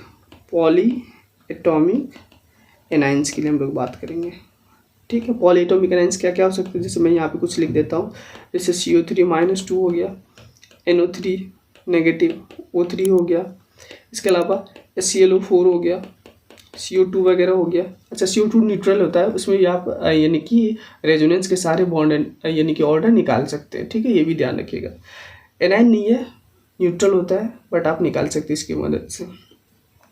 अब देखिए पॉलीएटॉमिक एनाइंस हो गया। जनरली बॉन्ड ऑर्डर होता क्या है उसके बारे में थोड़ा सा बात कर लेते हैं। बॉन्ड ऑर्डर, ठीक है, ये होता है number of bonds present between two atoms, यानी कि 2 एटम के बीच में कितना बॉन्ड बना है वही क्या हो जाएगा, उसका बॉन्ड ऑर्डर हो जाएगा। यानी कि मैं बोलूँगा हाइड्रोजन के बीच में एक बॉन्ड बना है तो इसका बॉन्ड ऑर्डर कितना हो जाएगा, हमारे पास बॉन्ड ऑर्डर हो जाएगा 1। अगर ऑक्सीजन के बीच में 2 बॉन्ड बना है तो बॉन्ड ऑर्डर कितना हो जाएगा, हमारे पास 2 हो जाएगा। अगर नाइट्रोजन के बीच में 3 बॉन्ड बना है तो हम लोग क्या बोलेंगे, बॉन्ड ऑर्डर कितना हो जाएगा, 3 हो जाएगा, ठीक है। क्लियर है, कोई डाउट्स नहीं होना चाहिए। क्योंकि हाइड्रोजन H2 के फॉर्म में एग्जिस्ट करता है डायटोमिक मॉलिक्यूल में, ऑक्सीजन भी डायटोमिक में और नाइट्रोजन भी डायटोमिक में। तो ये सब डायटोमिक के लिए था, लेकिन अब हम लोग किसके बारे में बात करेंगे, वो बात करेंगे पॉलीएटॉमिक एनाइन के बारे में, ठीक है। कोई डाउट्स नहीं होना चाहिए। अब देखिए बॉन्ड ऑर्डर का फॉर्मूला क्या होता है उसके बारे में हम लोग बात करते हैं। बॉन्ड ऑर्डर का फॉर्मूला ये होता है हमारे पास नंबर ऑफ बॉन्ड्स कौन सा number of bonds, total number of bonds, total number of bonds upon number of resonating structure, resonating structure. ठीक है, तो ये होता है बॉन्ड ऑर्डर का फॉर्मूला, कब, पॉलीएटॉमिक एनायंस के लिए। और यहाँ पे एक चीज़ और ध्यान रख सकते हो, फॉर्मल चार्ज कई बार पूछ लेता है, तो मैं वो भी लिख देता हूँ, फॉर्मल चार्ज निकालने का फॉर्मूला। ठीक है, वो होता है हमारे पास total negative charge upon number of oxygen atom, oxygen atom in resonance, यानी कि रेजोनेंस में ऑक्सीजन एटम कितना है उसके बारे में हम लोग बात करेंगे फॉर्मल चार्ज निकालते वक्त। ये हो गया। अब देखिए इसका कुछ एग्जांपल्स देखते हैं। जैसे मान लीजिए मैंने बोला था आपको CO3-2 मैंने लिया है। सबसे पहले क्या करिए, इसका स्ट्रक्चर ड्रॉ कर लीजिए। 1 second. C double bond O negative और O नेगेटिव। इसका जब आप रेजोनेटिंग स्ट्रक्चर बनाइएगा तो कितना बना सकते हैं आप, यानी कि पाई बॉन्ड जो है यानी कि डबल बॉन्ड है उसको शिफ्ट करवा दीजिए। कितने जगह शिफ्ट करवाने से नया स्ट्रक्चर बनेगा। देखिए एक बार यहाँ है तो एक ये स्ट्रक्चर हो गया, एक बार इस डबल बॉन्ड को यहाँ पे आप मूव करवा सकते हैं, एक बार यहाँ पे करवा सकते हैं। टोटल कितना बनेगा, 3 स्ट्रक्चर बनेगा। ठीक है, मैं बना के बता देता हूँ। देखिए CO नेगेटिव O नेगेटिव और यहाँ पे डबल बॉन्ड हो, एक ये स्ट्रक्चर बन गया। एक तो ये तो था ही ना, ये 1 हो गया, ये 2 हो गया, एक और बनेगा, मतलब CO negative O negative double bond O, ये 3, मतलब टोटल RS कितना हो गया, टोटल RS रेजोनेटिंग स्ट्रक्चर कितना हो गया, 3। क्लियर है। अब बॉन्ड ऑर्डर निकालिए। बॉन्ड ऑर्डर निकालने से पहले इसका हाइब्रिड स्ट्रक्चर बना लीजिए। हाइब्रिड स्ट्रक्चर कैसे बनाइएगा, देखिए समझिए। CO O पहले सिंगल बॉन्ड से लगा लीजिए, क्योंकि देखिए ध्यान से सुनिए, डबल बॉन्ड यहाँ पे भी है, यहाँ पे भी है और यहाँ पे भी, यानी कि डबल बॉन्ड क्या है, सभी जगह है, लेकिन एक जगह फिक्स नहीं है ना, मतलब पार्शियली है। तो सभी जगह क्या कर रहा है, मूव कर रहा है स्टेबिलिटी के लिए। तो हम लोग यहाँ पे लिखेंगे ऐसे करके कि यहाँ पे भी पार्शियली डबल बॉन्ड है, यहाँ पे भी और यहाँ पे भी। ये क्या है हमारे पास, partially double bond, partially double bond है। ठीक है, डबल बॉन्ड है। क्लियर है। अच्छा चार्ज कैसे निकालेगा, ये तो हो गया हमारे पास हाइब्रिड स्ट्रक्चर। चार्ज निकालने के लिए एक डायरेक्ट तरीका भी होता है, यानी कि ध्यान से सुनिएगा, टोटल कितना चार्ज है, -2 चार्ज है इस मॉलिक्यूल पे, कितना है, -2। कितने पे डिस्ट्रीब्यूट हो रहा है, 3 पे। ध्यान से सुनिएगा, तो तीनों ऑक्सीजन पे जा रहा है ये चार्ज, यानी कि -2/3 और यहाँ पे भी -2/3 हो जाएगा। क्लियर है। तो 2/3 सभी पे कर दीजिए, या फिर आप डायरेक्ट FC निकाल भी सकते हैं फॉर्मल चार्ज। कैसे निकालिएगा, यहाँ पे टोटल नेगेटिव चार्ज कितना है, -2 upon number of oxygen atom in resonance 1 2 3, 2/3 -2/3। तो आप फॉर्मूला बेसिस पे भी लगा सकते हैं या फिर डायरेक्ट भी आप अप्लाई करके लगा सकते हैं। अब देखिए बॉन्ड ऑर्डर कैसे निकालिएगा। बॉन्ड ऑर्डर के लिए फॉर्मूला क्या है, टोटल नंबर ऑफ बॉन्ड्स। देखिएगा यहाँ पे ध्यान से, टोटल नंबर ऑफ बॉन्ड्स कैसे निकालना है। जैसे मान लीजिए इधर से आप काउंट किए तो इधर से ही काउंट करते जाना है। ठीक है, अगर मान लीजिए आप इधर से काउंट किए तो इधर से ही काउंट करते जाना है। जैसे देखिए 2 3 4 आया टोटल। चलिए इधर से भी काउंट करिएगा तो 1 2 2 2 4। अच्छा मान लीजिए इधर से काउंट किए 1 2 3 हो गया, 3 और 1 4। तो किसी एक ही डायरेक्शन में काउंट करते जाना है। ऐसा नहीं कि ऐसे यहाँ पे ये कर लिए, यहाँ पे ये कर लिए और यहाँ पे ये कर लिए तो गलत हो जाएगा, तो 5 हो जाएगा, वो गलत हो जाएगा। एक ही साइड से करते जाना है। तो जैसे मान लीजिए यहाँ पे 2 3 4 मैंने इधर से कर लिया। ठीक है, ये वाला और ये वाला, तो टोटल कितना हो गया हमारे पास, 2 3 1 4 अपन टोटल कितना रेजोनेटिंग स्ट्रक्चर है हमारे पास, 3। तो 4/3 को सॉल्व करेगा तो कितना हो जाएगा हमारे पास, 3 आगे आ जाएगा। एक सेकंड में यहाँ पे लिख देता हूँ, यहाँ पे 4 है तो 3 1 जा 3, 1 बचा पॉइंट, कितना हो जाएगा 0, 3 3 जा 9, कितना बचा 1, 1.3। मतलब बॉन्ड ऑर्डर कितना आ जाएगा, 1.3 आ जाएगा। इस पर कोई डाउट्स नहीं होना चाहिए। अगर डाउट्स होता है तो आप प्लीज़ कमेंट जरूर करिएगा। एक चीज़ और ध्यान रखिएगा, बॉन्ड ऑर्डर जितना ज़्यादा होता है उतना ज़्यादा क्या होगा हमारे पास, बॉन्ड एनर्जी होगा। और जितना ज़्यादा बॉन्ड एनर्जी होगा उतना ज़्यादा क्या होगा, बॉन्ड का स्ट्रेंथ होगा। और जितना ज़्यादा बॉन्ड का स्ट्रेंथ होगा उतना कम क्या होगा, बॉन्ड लेंथ होगा।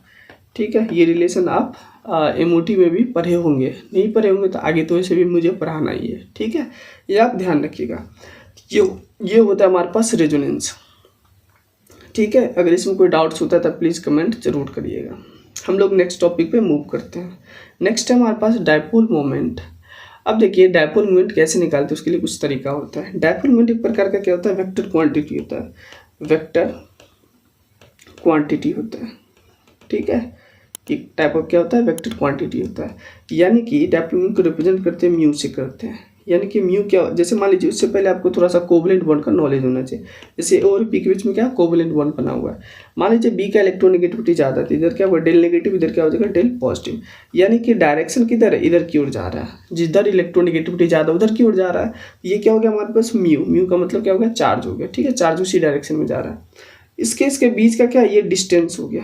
तो हम लोग क्या बोलेंगे, mu equal to Q into D हो जाएगा। अच्छा, क्यू क्या था हमारे पास, चार्ज, डी क्या होता है हमारे पास, डिस्टेंस, ठीक है। अच्छा, चार्ज का जो यूनिट क्या होता है वो कहता है ESU, ESU मतलब इलेक्ट्रोस्टैटिक यूनिट। और डिस्टेंस का यानी क्या होता है, सेंटीमीटर होता है। तो हम लोग बोल, अच्छा, और डायपोल मोमेंट का यूनिट क्या होता है, यानी कि ये यूनिट होता है डिबाई, ठीक है। ये क्या होता है, डिबाई। तो हम लोग क्या बोलेंगे, 1 debye equal to 1 into 10⁻⁻18 ESU centimetre होता है। यानी कि ये 1 डिवाई का क्या होता है हमारे पास नंबर होता है। ये आपको ध्यान रखना है, 1 डिवाई इक्वल टू कितना, यानी कि इलेक्ट्रोस्टैटिक यूनिट सेंटीमीटर होता है। आपको ध्यान रखना है, क्योंकि कई बार क्वेश्चंस में इसको अप्लाई करके सॉल्व करने में आपको हेल्प मिल जाएगा, ठीक है।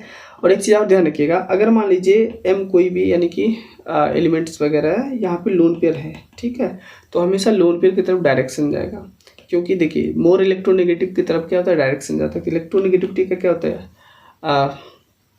लोन पेयर का क्या होता है, इलेक्ट्रोनेगेटिविटी ज़्यादा होता है। क्या आप ध्यान रखिएगा, क्लियर है, कोई डाउट्स नहीं होना चाहिए। ये भी हो गया, ये भी हो गया। अब हमको देखना है कंपैरिजन ऑफ डायपोल मोमेंट।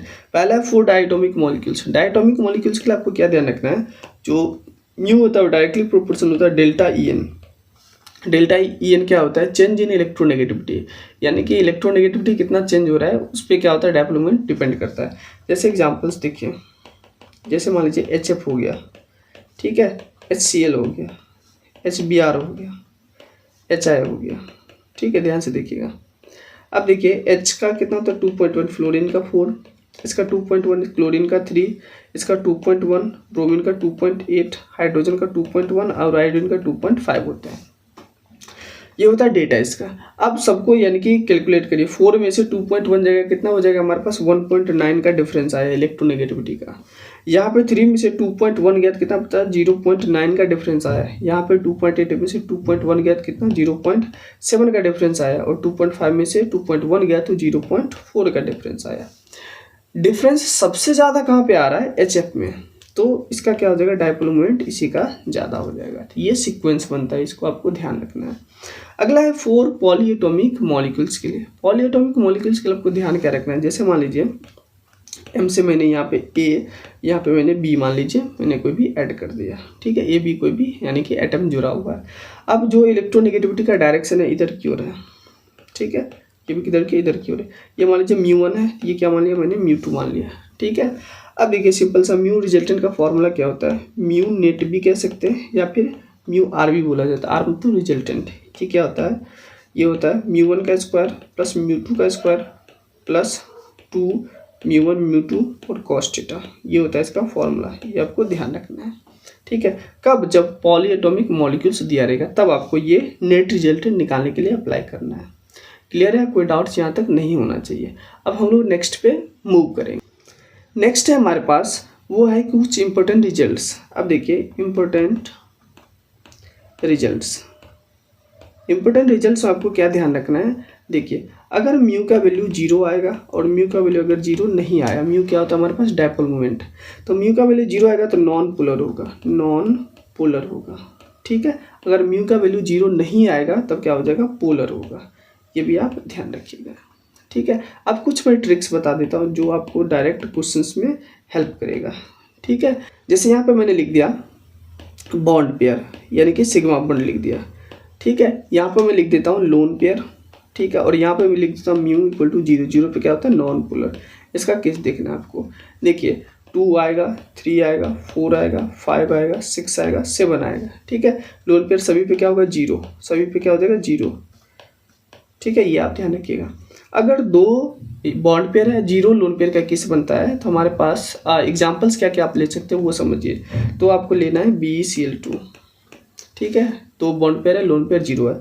अगर तीन बॉन्ड पेयर है, लोन पेयर क्या है, जीरो है, तो हम लोग क्या ले सकते हैं, BeCl3 ले सकते हैं। अगर 4 जीरो का केस है तो CCl4 ले लीजिए, ठीक है। 5 जीरो का केस है तो PCl5 ले लीजिए, PCl5 ले लीजिए। और 6 जीरो का केस है तो आप लोग क्या ले सकते हैं, 6 पे जीरो यानी कि SF6 वगैरह ले लीजिए। और 7 जीरो पे है तो IF7 वगैरह ले लीजिए, ठीक है। ऐसा केस आपको जब कभी भी दिखेगा 2 3 4 5 6 7 ये क्या बॉन्ड पेयर होना चाहिए, लोन पेयर सभी पे जीरो होगा, तब आपको डायरेक्ट अप्लाई करते हैं, डायरेक्ट देख के बोल देना कि इसका म्यू क्या होगा, यानी कि जीरो हो जाएगा, नॉन पोलर हो जाएगा, ठीक है।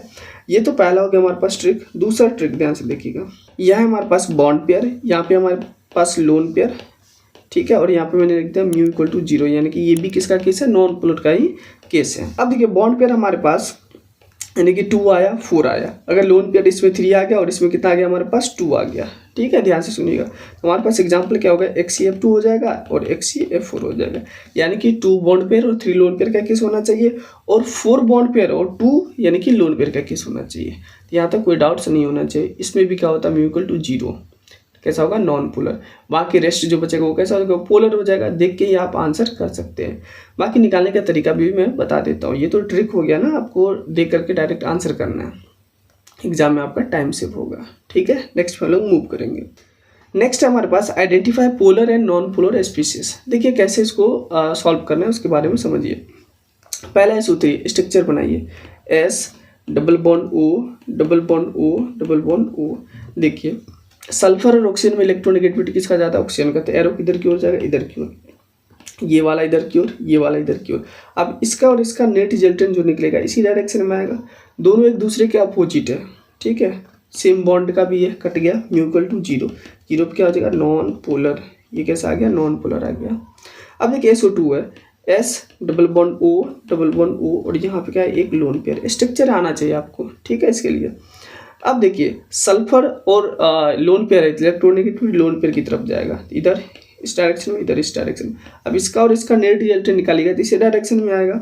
अब ये दोनों क्या एक दूसरे का अपोजिट है, मतलब अपोजिट है तो कटना चाहिए, लेकिन ऊपर लोन पेयर का बॉन्ड है और नीचे क्या है, बॉन्ड पेयर का यानी कि बॉन्ड है, तो क्या होगा, ये आसानी से नहीं कटेगा। तो हम लोग क्या बोलेंगे, mu does not equal to zero, यानी कि कैसा हो जाएगा, पोलर हो जाएगा।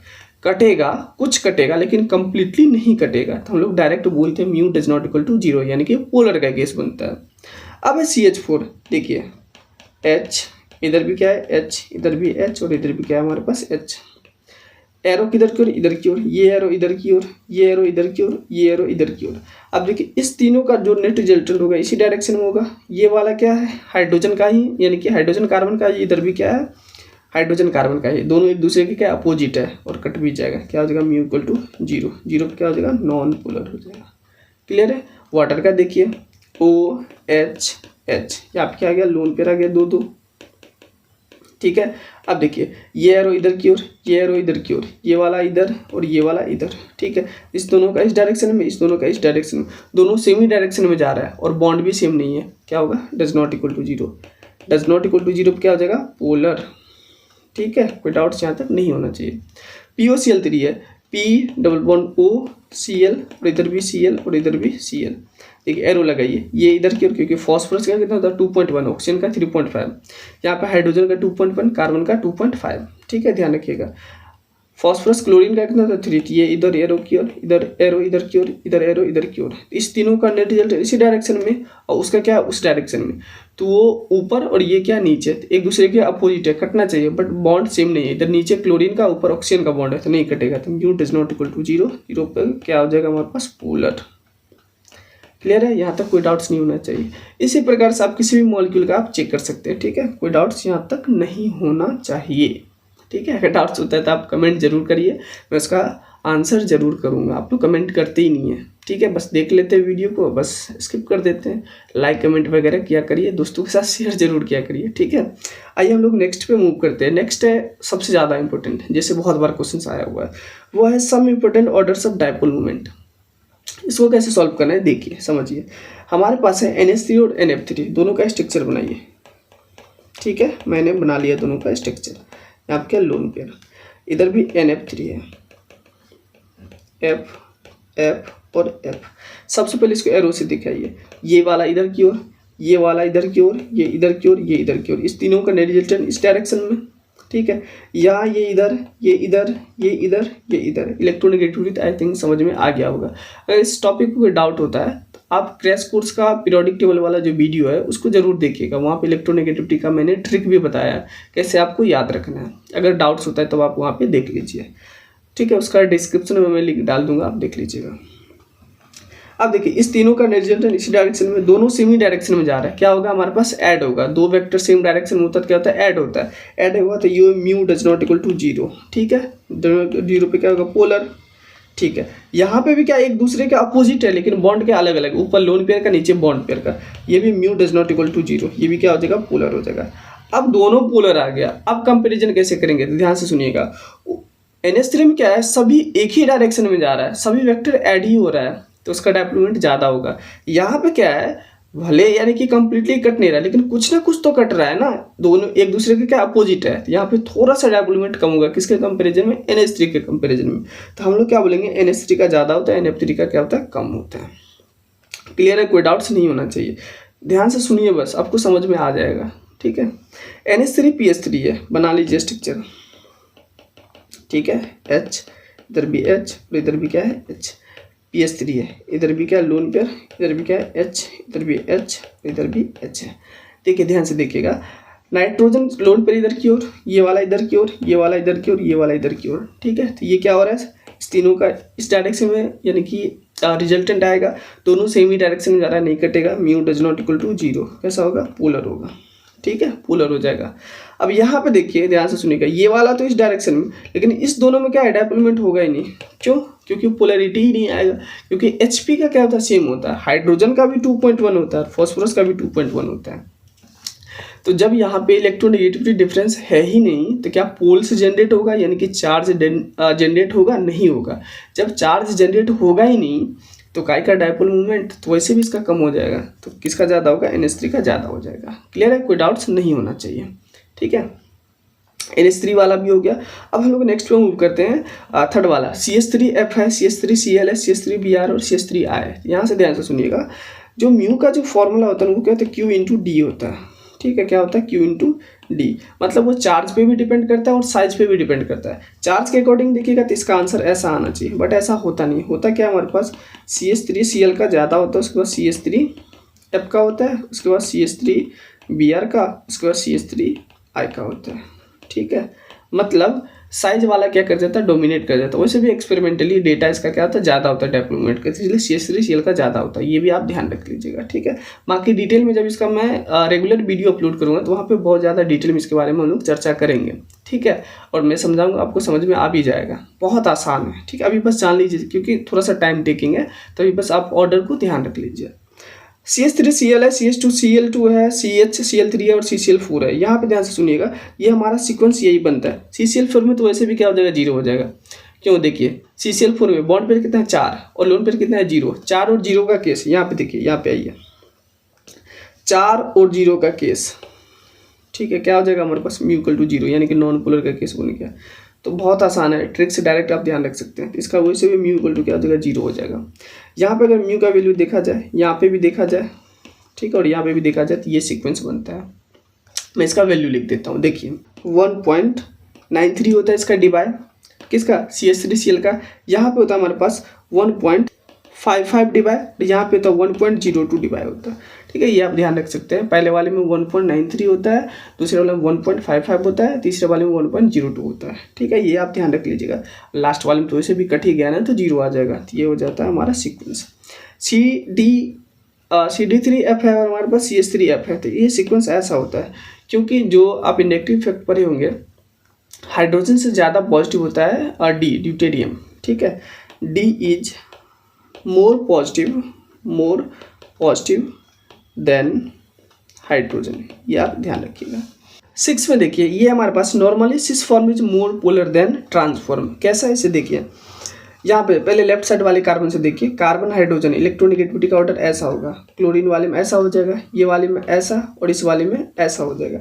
अब देखिए ऊपर वाला क्या है हमारे पास, नीचे वाले दोनों क्या है, सिस फॉर्म में, ये सिस फॉर्म है, ये वाला क्या है हमारे पास, ट्रांसफॉर्म में, ट्रांसफॉर्म, ठीक है। ये वाला एरो इधर की ओर, ये वाला इधर की ओर, ये वाला इधर की ओर और ये वाला इधर की ओर, सब एक दूसरे के क्या अपोजिट है, कट जाएगा तो क्या हो जाएगा हमारे पास mu equal to zero, zero क्या हो जाएगा नॉन पोलर, ठीक है। और यहाँ पे क्या जो नहीं कट रहा है तो mu does not equal to zero कैसा हो जाएगा, पोलर हो जाएगा। तो इसे पोलर वाले का क्या होता है, डायपोल मोमेंट ज़्यादा होता है, तो ये वाला हमारा सीक्वेंस बनेगा। कोई डाउट्स यहाँ तक नहीं होना चाहिए, अगर डाउट्स होता है तो आप प्लीज़ मुझे बताइए, ठीक है, ताकि मैं उसको सॉल्व कर सकूँ। चलिए 7th वाले पे मूव करते हैं। अगर दो ग्रुप्स, 1 सेकेंड, हाँ, अगर दो ग्रुप्स यहाँ पे पढ़िए, दो groups have opposite inductive effect, दोनों ग्रुप्स का अपोजिट इंडक्टिव इफेक्ट होना चाहिए, तब क्या होगा, ट्रांस आइसोमर ज़्यादा स्टेबल होता है किससे, सिस वाले से, ठीक है, ज़्यादा पोलर होगा यानी कि सिस वाले से। कैसे, देखिए समझिए, यहाँ पे देखिए सी, इस कार्बन का अगर हाइब्रिडेशन निकालिएगा तो कितना हो गया, 1 सिग्मा 2 सिग्मा 3 सिग्मा, ये पाई होगा, 3 सिग्मा के लिए sp2, और इसका निकालिएगा तो sp3 हो जाएगा, ठीक है। इसका फिर से sp2 और इसका बाकी का तो पता ही है आपको ना।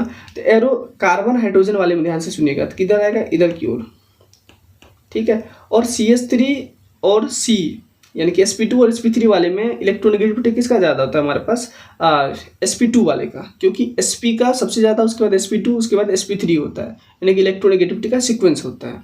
तो एरो किधर की ओर जाएगा, इस डायरेक्शन में ये एरो जाएगा, ऐसे जाएगा, ठीक है। इधर वाले में ये इधर और ये वाला इधर। अब देखिए ऊपर में दोनों क्या इस डायरेक्शन में आ रहा है, नीचे में दोनों कैसा आ रहा है, एक इधर जा रहा है एक इधर जा रहा है, तो ऑब्वियसली ये कटेगा नहीं ना, ठीक है। यहाँ पे आ जाइए, ये वाला क्या हो गया, sp2 हो गया, ये वाला क्या हो गया, sp3 हो गया।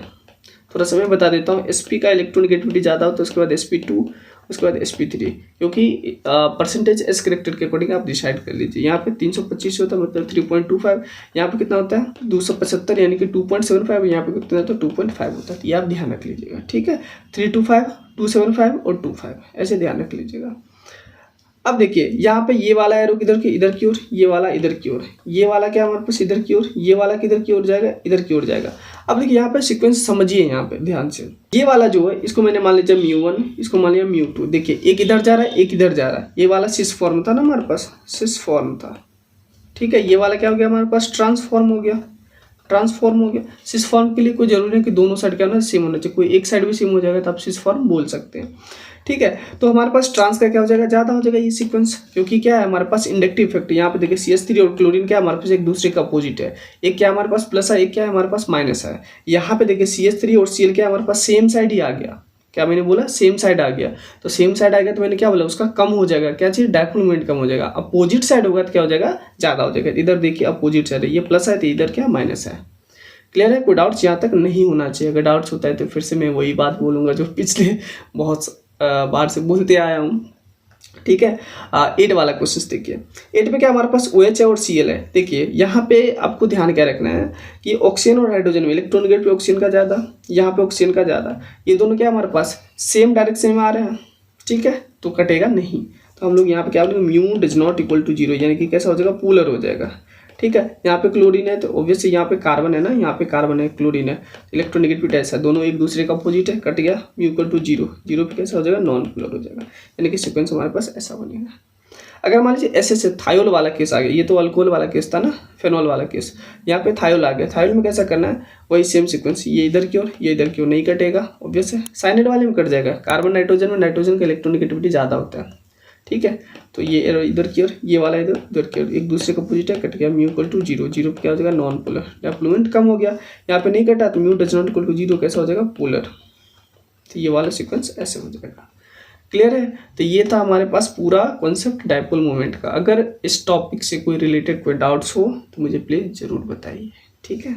अगला हमारे पास MOT, मॉलिक्यूलर ऑर्बिटल थ्योरी। ये बहुत ही अच्छा टॉपिक है, इससे बहुत बार क्वेश्चंस आया हुआ है, इसको आप ध्यान से सुनिएगा। क्या होता है, ये बॉन्ड ऑर्डर के लिए हम लोग डिफाइन करते हैं, मतलब 20 इलेक्ट्रॉन्स तक के लिए 4 बॉन्ड ऑर्डर, बॉन्ड ऑर्डर, ठीक है, इसके लिए हम लोग डिफाइन करते हैं। अब देखिए केस फर्स्ट हम लोग देखेंगे सबसे पहले, केस फर्स्ट। अब देखिए केस फर्स्ट में क्या होता है, अगर मान लीजिए पहला, if electrons in A molecule या फिर आयन, यानी कि मॉलिक्यूल रहेगा या फिर आयन्स वगैरह दिया रहेगा, मॉलिक्यूल या फिर आयन में 8 less than equal to number of electrons less than equal to 20, मतलब 8 से लेकर के 20 के बीच में रहेगा, 20 तक रहेगा, तब आपको क्या करना है। पहला तरीका ये होता है, फर्स्ट में ये लिखता हूँ कॉन्फ़िगरेशन के थ्रू, कॉन्फ़िगरेशन, ठीक है, इसके थ्रू आप निकाल सकते हैं, ठीक है। बॉन्ड डॉट कॉन्फ़िगरेशन कैसे लगाना है आपको, अगर मान लीजिए वैन, यहाँ पे भी फर्स्ट लगा लीजिए, वैन नंबर ऑफ इलेक्ट्रॉन्स यानी कि लेस देन इक्वल टू 14, यानी कि 14 तक रहेगा, तब आपको क्या लगाना है वो ध्यान से सुनिएगा। तब कॉन्फ़िगरेशन होता है sigma 1s, sigma star 1s, sigma 2s, sigma star 2s। उसके बाद होता है हमारे पास pi 2p X equal to pi 2p Y होता है। उसके बाद सिग्मा 2p जेड होता है। उसके बाद pi star 2p X equal to pi star 2p Y होता है। उसके बाद होता है सिग्मा स्टार 2p जेड होता है। ये भी होता है लोअर एनर्जी से हायर एनर्जी में हम लोग इलेक्ट्रॉन्स का फिलिंग करते हैं, तो यही सीक्वेंस बनता है सिग्मा ऐसा, ठीक है, ये सीक्वेंस बनता है। ये सब जो इक्वल टू वाला साइन है इसको कहते हैं डी जनरेटेड ऑर्बिटल्स, मतलब इसका एनर्जी क्या होता है सेम होता है। तो पहले सिंगल सिंगल भरिए हंस रूल के अकॉर्डिंग, जब भर जाए तब उसको पेयरिंग करिए। ये क्या है, डी जनरेटेड ऑर्बिटल्स, ठीक है, ये आप ध्यान रखिएगा। क्लियर है, कोई डाउट्स नहीं होना चाहिए। कब, जब हमारे पास नंबर ऑफ इलेक्ट्रॉन्स 14 तक रहेगा तब। अगर 14 से ऊपर रहता है सेकेंड में, मैं यहाँ पे सेकेंड बना के लिख लेता हूँ, when number of electrons greater than 14 से ऊपर रहेगा तब क्या है कॉन्फ़िगरेशन रहेगा, थोड़ा सा चेंज हो जाता है। क्या होता है, sigma 1s, sigma star 1s, sigma 2s, sigma star 2s। उसके बाद होता है सिग्मा 2p जेड। उसके बाद pi 2p X equal to pi 2p Y. उसके बाद होता है pi star 2p X equal to pi star 2p Y. उसके बाद सिग्मा स्टार 2p जेड हो जाता है। मतलब ये सीक्वेंस हमारे पास बन जाता है, यहाँ पे कोई डाउट्स नहीं होना चाहिए, ठीक है। अब देखिए वही हमारे पास सबसे लोअर एनर्जी में, उसके बाद हायर एनर्जी, ऐसे करके बढ़ते हुए क्रम में चलते जाता है ऐसा। ये हमारे पास डी जनरेटेड हो गया, ठीक है, ये सीक्वेंस बनता है। तो पहला तो हो गया कॉन्फ़िगरेशन वाला। दूसरा आपको ये चीज़ ध्यान रखना है सेकंड में कि शॉर्ट ट्रिक। अच्छा, इसमें बाउंड्री निकालने का फॉर्मूला क्या होता है मैं वो बता देता हूँ। वो होता है NB minus NA upon 2। NB का मतलब क्या होता है, नंबर ऑफ बॉन्डिंग इलेक्ट्रॉन्स,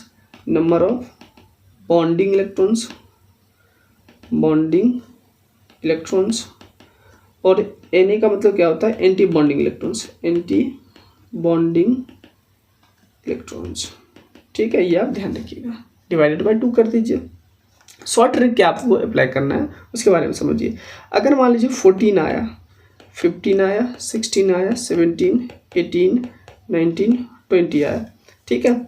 अगर मान लीजिए हमारे पास आ गया 13, 12, 11, 10, इसके अलावा मान लीजिए आ गया 9 और 8 आ गया, ठीक है। अब देखिए 14 पे क्या आता है, 3 आता है। अब आगे जाइए या पीछे जाइए, 0.5 घटा दीजिए। इसका कितना हो जाएगा, 2.5, इसका 2, इसका 1.5, इसका 1, इसका 0.5 और इसका क्या होगा, 0 हो जाएगा। 0 पे मॉलिक्यूल डज नॉट एग्जिस्ट हो जाता है। यहाँ पे ध्यान में मॉलिक्यूल डज नॉट एग्जिस्ट। भाई साहब, दो मॉलिक्यूल के बीच में जब बॉन्ड ही नहीं तो काय का मॉलिक्यूल बना ही नहीं ना, तो एग्जिस्ट ही नहीं कर रहा है, सिंपल सा। यहाँ पे क्या हो जाएगा हमारे पास 2.5, यहाँ पे 2, यहाँ पे 1.5, यहाँ पे 1, यहाँ पे 0.5 और यहाँ पे क्या हो जाएगा 0। फिर से यहाँ पे क्या हो जाएगा, molecule does not exist. Clear है, कोई डाउट्स यहाँ तक नहीं होना चाहिए। ये होता है शॉर्टकट तरीके से फाइंड करने का।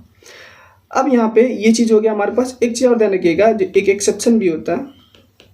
एक्सेप्शन क्या होता है हमारे पास, जैसे CO पॉजिटिव, ठीक है, इसका होता है 3.5 होता है। ये एक लोता होता है, आप ध्यान रख सकते हैं, ठीक है। तो ये होता है शॉर्टकट तरीके से निकालने का। अब नेक्स्ट हम लोग सेकंड केस पे देखते हैं, केस सेकंड। अब देखिए केस सेकंड में आपको ध्यान क्या रखना है कि इसमें आपको बाबा रूल अप्लाई करना है। यानी कि अगर number of electrons less than equal to 8 होगा, यानी कि if number of electrons less than equal to 8 होगा, 8 तक होगा, तब आपको लगाना है apply baba rule, BA rule. अच्छा, बाबा रूल क्या होता है, B फॉर बॉन्डिंग और A फॉर एंटी बॉन्डिंग। ठीक है, ये आप ध्यान रखिएगा। क्लियर है, कोई डाउट्स नहीं होना चाहिए। अब यहाँ पे एक चीज़ ध्यान रखिएगा, जो स्टेबिलिटी है तो वो डायरेक्टली प्रोपोर्शनल होता है बॉन्ड ऑर्डर के। Stability is directly proportional bond order के। दूसरा आपको ये ध्यान रखना है, अगर बॉन्ड ऑर्डर सेम आ जाए तब आपको कैसे कंपेरिजन करना है। इफ बॉन्ड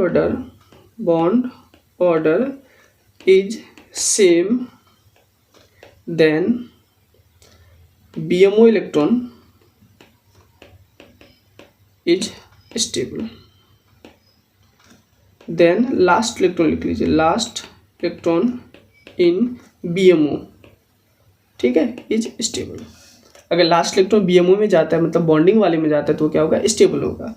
एक चीज़ और ध्यान रखिएगा, जो बॉन्ड होता है वो डायरेक्टली प्रोपोर्शनल, यानी कि बॉन्ड जितना ज़्यादा उतना ज़्यादा क्या, तो बॉन्ड स्ट्रेंथ होता है, उतना ज़्यादा क्या होगा, बॉन्ड एनर्जी होगा, ठीक है, उतना कम क्या हो जाएगा, बॉन्ड लेंथ हो जाएगा। तो अब हम लोग एक कंपेरिजन यानी कि स्टेबिलिटी वाला भी क्वेश्चंस देख लेते हैं और एक हम लोग बॉन्ड लेंथ का भी क्वेश्चंस देख लेते हैं। तो इस टॉपिक से कोई डाउट्स नहीं होना चाहिए तब आपको। पहला क्वेश्चन से कंपेयर स्टेबिलिटी। Li2 है, Li2 पॉजिटिव और Li2 नेगेटिव है। ध्यान से देखिएगा, लिथियम 3 होता है, 3 2 6 इलेक्ट्रॉन, यहाँ पे 3 2 6 में 6 चला गया कितना होगा, 5 इलेक्ट्रॉन्स। यहाँ पे 3 2 6 में एक ऐड हो गया कितना होगा, 7 इलेक्ट्रॉन, ठीक है। अब अप्लाई कर दीजिए बाबा रूल, यहाँ पे भी BA, यहाँ पे भी BA और यहाँ पे भी BA। अब देखिए कैसे लिखना है आपको, 6 इलेक्ट्रॉन से तो 2 2 4 2 6, यहाँ पे 5 इलेक्ट्रॉन से 2 2 4 और 1 5, यहाँ पे 7 है, 2 2 4 2 6 और 1 7। अब देखिए बॉन्ड ऑर्डर का फॉर्मूला लगा दीजिए, NB - Na/2, NB - Na/2। अब यहाँ पे लगे बॉन्डिंग में कितना है, 2 2 4, 4 में से एंटी बॉन्डिंग में कितना है, 2 डिवाइडेड बाई 2, मतलब 4 में से 2 गया कितना बचा, 2 डिवाइडेड बाई 2, तो 2 में से 2 गया, 2 से 2 कट गया ना, तो 1 बचा, ठीक है। बॉन्ड ऑर्डर कितना आ गया, 1 आ गया। अब देखिए यहाँ पे लगाइए बॉन्ड ऑर्डर का फॉर्मूला, बॉन्डिंग में 2 और 1 कितना, 3 - 2 हो गया, डिवाइडेड बाई 2 कितना आ गया हमारे पास, 1/2 कितना आ गया, 0.5 आ गया, ठीक है। अब आ जाइए यहाँ पे आइए बॉन्ड ऑर्डर के लिए, बॉन्डिंग में 2 2 4, 4 में से एंटी बॉन्डिंग 2 और 1 3 डिवाइडेड बाई 2 कितना गया हमारे पास, 1/2 कितना गया, 0.5। अब ध्यान से सुनिएगा, दोनों का 0.5 आ गया। अब दोनों का 0.5 आ गया तब तो सेम आ गया। तो बॉन्ड ऑर्डर कैसे हम लोग स्टेबिलिटी के अकॉर्डिंग देखते थे। तो लास्ट इलेक्ट्रॉन देखिए किसका, यानी कि बॉन्डिंग में जा रहा है। यहाँ पे देखिए लास्ट इलेक्ट्रॉन बॉन्डिंग में जा रहा है, यहाँ पे मैं एक बार हाईलाइट करके बता देते हैं, ये बॉन्डिंग में जा रहा है, यहाँ पे लास्ट इलेक्ट्रॉन एंटी बॉन्डिंग में जा रहा है। तो ये लेस स्टेबल होगा, ये वाला मोर स्टेबल होगा। तो सीक्वेंस हमारे पास क्या होगा, बॉन्ड ऑर्डर जितना ज़्यादा स्टेबिलिटी उतना ज़्यादा।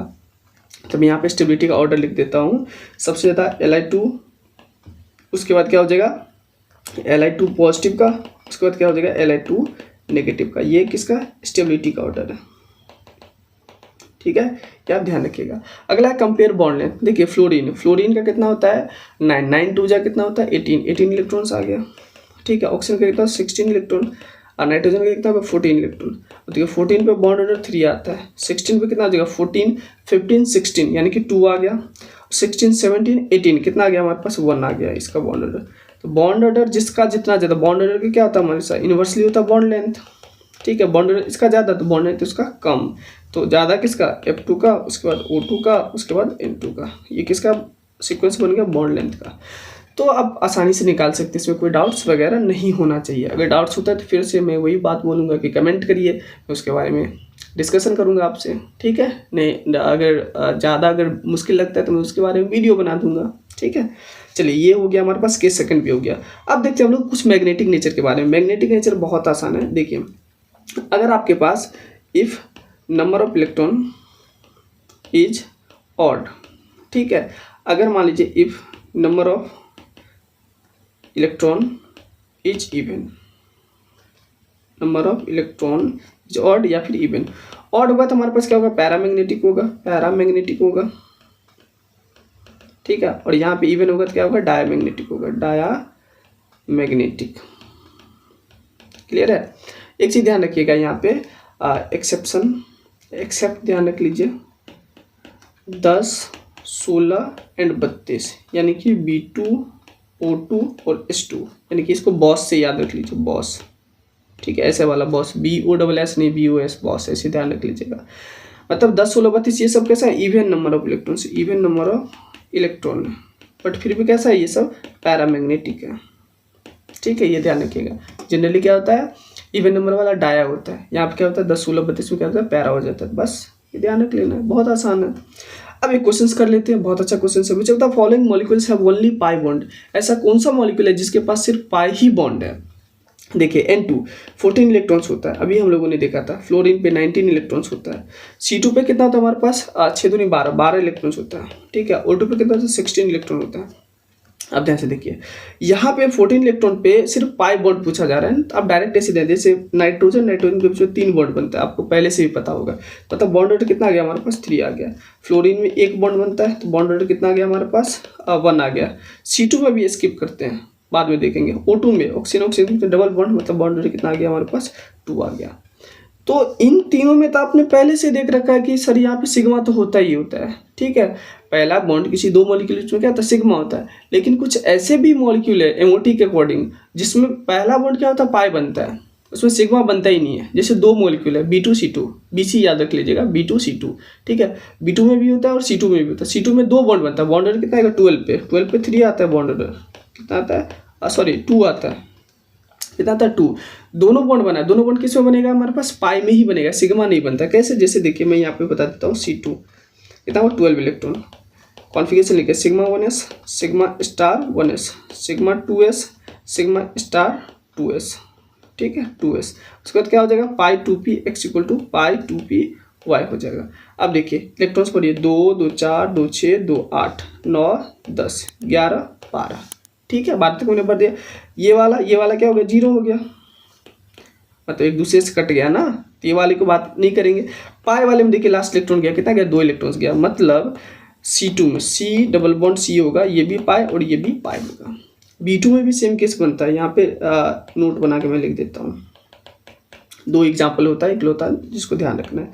अब B2 का कितना होता है 10 इलेक्ट्रॉन, कॉन्फ़िगरेशन लिखिए sigma 1s, sigma star 1s, sigma 2s, sigma star 2s, उसके बाद pi 2p x equal to pi 2p y, ठीक है। अब देखिए यहाँ पे 2 इलेक्ट्रॉन्स 2 2 4 2 6 2 8 9 10, ये वाला इससे कट गया, ये वाला इससे कट गया, मतलब 0 हो गया यहाँ से यहाँ तक। अब यहाँ पे क्या हो गया 1 इलेक्ट्रॉन्स बचा है हमारे पास पाई में, मतलब बोरोन के बीच में कितना हो गया हमारे पास 1 बॉन्ड बना। कौन सा बना पाई बॉन्ड बना। अब बॉन्ड ऑर्डर भी निकाल सकते हैं, इसका बॉन्ड ऑर्डर निकालिए। देखिए बॉन्डिंग में ये अच्छा स्टार वाले को हम लोग एंटी बॉन्डिंग से रिप्रेजेंट करते हैं, ठीक है। डिटेल वाला वीडियो इस सब के बारे में डिस्कशन करेंगे, सब बेसिक चीज़ों के बारे में। अब खैर आप लोग को पता ही होगा। ये क्या होगा हमारा बॉन्डिंग, तो 2 2 4 और 2 6 छोड़िए 8 माइनस ये वाला क्या होगा 2 2 4 8 में से 4 का डिवाइडेड बाई 2 कितना 4/2 कितना आ गया हमारे पास 2 आ गया। तो बॉन्ड ऑर्डर पहले भी निकाले थे हम लोग, C2 का कितना आया 2 आया था। तो आप फॉर्मूला से भी निकाल सकते हैं। यहाँ पे निकालिए 2 2 4 4 2 6, ठीक है। तो 6 माइनस यहाँ पे 6 में 2 2 4 6 माइनस 4 डिवाइडेड बाई 2 कितना गया हमारे पास 2/2 कितना गया 1। तो बॉन्ड ऑर्डर इसका तो वैसे भी बनाया था, किसमें बना सिर्फ पाई बना।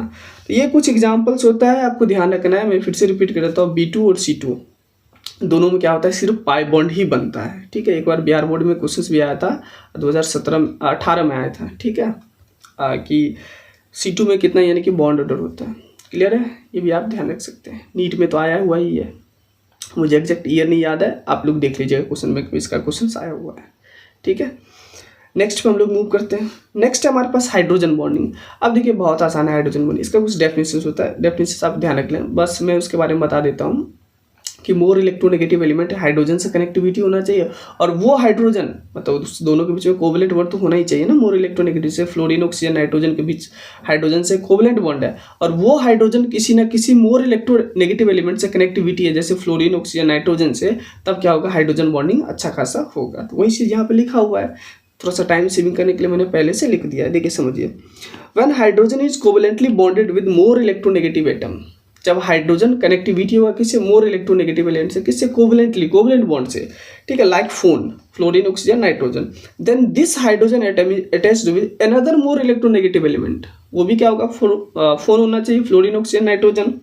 उसके पास क्या होना चाहिए लोन पेयर वगैरह भी हो सकता है। थ्रू एन इलेक्ट्रोस्टैटिक अट्रैक्शन, वहाँ पे क्या होता है एक प्रकार का वीक अट्रैक्शन होता है, ठीक है। तो उसी अट्रैक्शन को लोग नाम देते हैं हाइड्रोजन बॉन्ड। वीक फोर्स में क्या क्या आता है हाइड्रोजन बॉन्डिंग और वैन डेर वाल्स फोर्सेस, ठीक है। इसमें हाइड्रोजन बॉन्डिंग सबसे ज़्यादा इंपॉर्टेंट था। कैसे, जैसे देखिए हमारे पास X है ये, ठीक है, ये हाइड्रोजन से कनेक्टिविटी है, और ये वाला किससे था हमारे पास किसी Y से कनेक्टिविटी था, इसके पास क्या है लोन पेयर है। क्लियर है। तो ये क्या होगा हमारे पास, मोर इलेक्ट्रोनेगेटिव एलिमेंट क्या होगा, फ्लोरीन, ऑक्सीजन, नाइट्रोजन, और ये वाई भी क्या होगा हमारे पास, फ्लोरीन, ऑक्सीजन और नाइट्रोजन ही होगा। क्लियर है, कोई डाउट्स यहाँ तक नहीं होना चाहिए। एक चीज़ और ध्यान रख सकते हैं, फ्लोरीन, ऑक्सीजन, नाइट्रोजन मतलब जो वाई वाला टर्म्स है वहाँ पे क्लोरीन वगैरह भी हो सकता है, कार्बन वगैरह भी होता है, ठीक है। तो ये भी आप स्पेशल केस वाला ये सब टर्म हो गया, ठीक है। तो इसको भी कई बार जेईई में क्वेश्चन आया हुआ है, तो ये भी आपको ध्यान रखना है। यहाँ पे क्या हो जाएगा, डेल पॉजिटिव, यहाँ पे क्या हो जाएगा, डेल नेगेटिव, यहाँ पे भी क्या हो जाएगा, डेल नेगेटिव। यहाँ पे क्या हो रहा है, हाइड्रोजन बॉन्ड हो रहा है, H बॉन्ड हो रहा है, ठीक है, ये सीक्वेंस बनता है। दूसरा पॉइंट क्या ध्यान रखना आपको, ये एक प्रकार का वीक फोर्स होता है, it is a weak inter and intramolecular molecular forces, ठीक है। क्योंकि हाइड्रोजन बॉन्डिंग दो टाइप्स का होता है, एक इंटरमोलिकुलर हाइड्रोजन बॉन्डिंग, दूसरा होता है इंट्रामोलिकुलर हाइड्रोजन बॉन्डिंग, ठीक है। ये चीज़ आप ध्यान रखिएगा। अगला पॉइंट है हमारे पास, in some cases chlorine and carbon also shows hydrogen bonding, ठीक है। उस केसेस में क्या करता है, ये सभी हाइड्रोजन बॉन्डिंग शो करता है। अब यहाँ पे थोड़ा सा टाइप्स के बारे में बात कर लेते हैं। टाइप्स, पहला होता है हमारे पास इंटर मॉलिक्यूलर हाइड्रोजन बॉन्डिंग, ठीक है। और दूसरा होता है हमारे पास इंट्रा मॉलिक्यूलर हाइड्रोजन बॉन्डिंग, ठीक है। ये आप ध्यान रखिएगा। इंटर में क्या होता है, किसी दो मॉलिक्यूल के बीच में बात करेंगे। इंट्रा में क्या होता है, विद इन ए मॉलिक्यूल, एक ही मॉलिक्यूल के बीच में बात करेंगे। अब आइए हम लोग नेक्स्ट में देखते हैं टाइप्स में। पहला inter molecular hydrogen bonding, inter molecular hydrogen bonding, ठीक है। ये आप ध्यान रखिएगा। पहले एग्जाम्पल्स देखिए। पहले हमारे पास HF, ये किस में है, सॉलिड फॉर्म में। अब देखिए कैसे बनाना है इसको, HF और F ऐसे करके चलते जाएगा, ठीक है। फ्लोरीन मोर इलेक्ट्रोनेगेटिव इसके साथ, ये वाला इसके साथ, ये वाला इसके साथ, ये वाला कहीं ना कहीं दूसरे हाइड्रोजन के साथ, ये वाला किसी न किसी दूसरे फ्लोरीन के साथ, ये ऐसे चलते जाता है, ठीक है। ये होता है हमारे पास HF का। दूसरा क्या ध्यान रखना आपको, जैसे NH3 में भी शो करता है, NH3 भी क्या होगा, सॉलिड फॉर्म में होगा। जैसे NH इधर भी N, ठीक है, इधर भी H, इधर भी N, H ऐसे करके चलते जाता है। यानी कि ये वाला इसके साथ कनेक्टिविटी दिखाएगा, ये वाला इसके साथ, ये वाला किसी न किसी दूसरे के साथ, ये वाला भी किसी न किसी दूसरे के साथ, ये ऐसे चलते जाता है। ये हमारे पास क्या हो गया, 1 सेकेंड, ये हमारे पास NH3 का हो गया। तीसरा आपको क्या ध्यान रखना है, जैसे वाटर H2O, ये लिक्विड फॉर्म में, ठीक है। कैसे हाइड्रोजन बॉन्डिंग शो करता है, OH ऐसे करके चलते जाते हैं, ठीक है। ये वाला इसके साथ, ये वाला किसी दूसरे ऑक्सीजन के साथ, क्योंकि वाटर के मॉलिक्यूल, एक वाटर का मॉलिक्यूल थोड़ी होता है, बहुत सारे होते हैं। ये वाला इसके साथ, ये ऐसे करके चलते जाता है हाइड्रोजन बॉन्डिंग, ठीक है। क्लियर है। अब एक चौथा देख लेते हैं हम लोग, वाटर सॉलिड वाला, ठीक है। ये हम लोग नेक्स्ट पेज पे देखते हैं। आइए, H2O सॉलिड फॉर्म में, ये कौन सा नंबर था हमारे पास, 4th नंबर था। अब देखिए इसको कैसे बनाना है, जैसे मान लीजिए O, यहाँ पे क्या है हमारे पास H, यहाँ पे भी क्या है H, यहाँ पे क्या इसके पास लोन पेयर है, ठीक है। यहाँ पे देखिएगा मैं क्या बना देता हूँ, ऐसे बना लेता हूँ, O इधर H इधर H हो गया। ये वाला इसके साथ कनेक्टिविटी करके क्या हाइड्रोजन बॉन्डिंग कर रहा है, इधर भी OH, ये वाला इसके साथ बना रहा है, ये वाला कहने के दूसरे के साथ बनाएगा हाइड्रोजन, यानी कि वाटर के मॉलिक्यूल के साथ। तो OH तो ये क्या होता है हमारे पास, यानी कि H2O सॉलिड फॉर्म का होता है, मतलब आइस का होता है। आप आइस ध्यान रख लीजिए, ठीक है। यहाँ पे क्या होता है, ये होता है वॉइड्स, ये क्या होता है वॉइड्स, किज लाइक स्ट्रक्चर, ये इसको बोलते हैं वॉइड्स, खाली स्थान, ठीक है। बर्फ में होता है ना, बीच में वॉइड्स वगैरह होता है, क्लियर है। तो आपको ये चीज़ ध्यान रखना है कि water maximum 4 hydrogen bonding show कर सकता है।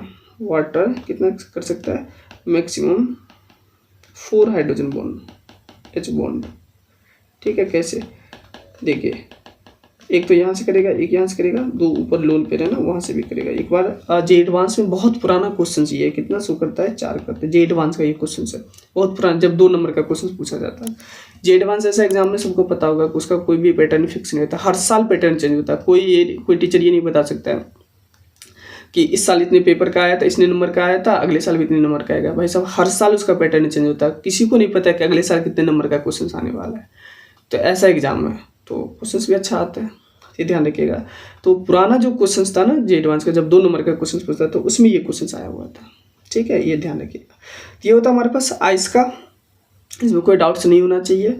नेक्स्ट पे हम लोग मूव करते हैं। एक चीज और यहाँ पे ध्यान रखिएगा, कोऑर्डिनेशन वर्ड कितना है यहाँ पे 4 हो गया। ठीक है, क्योंकि एक इधर से कनेक्टिविटी है, एक इधर से और एक इधर से कनेक्टिविटी है, तो कोऑर्डिनेशन वर्ड कितना हो गया 4 हो गया।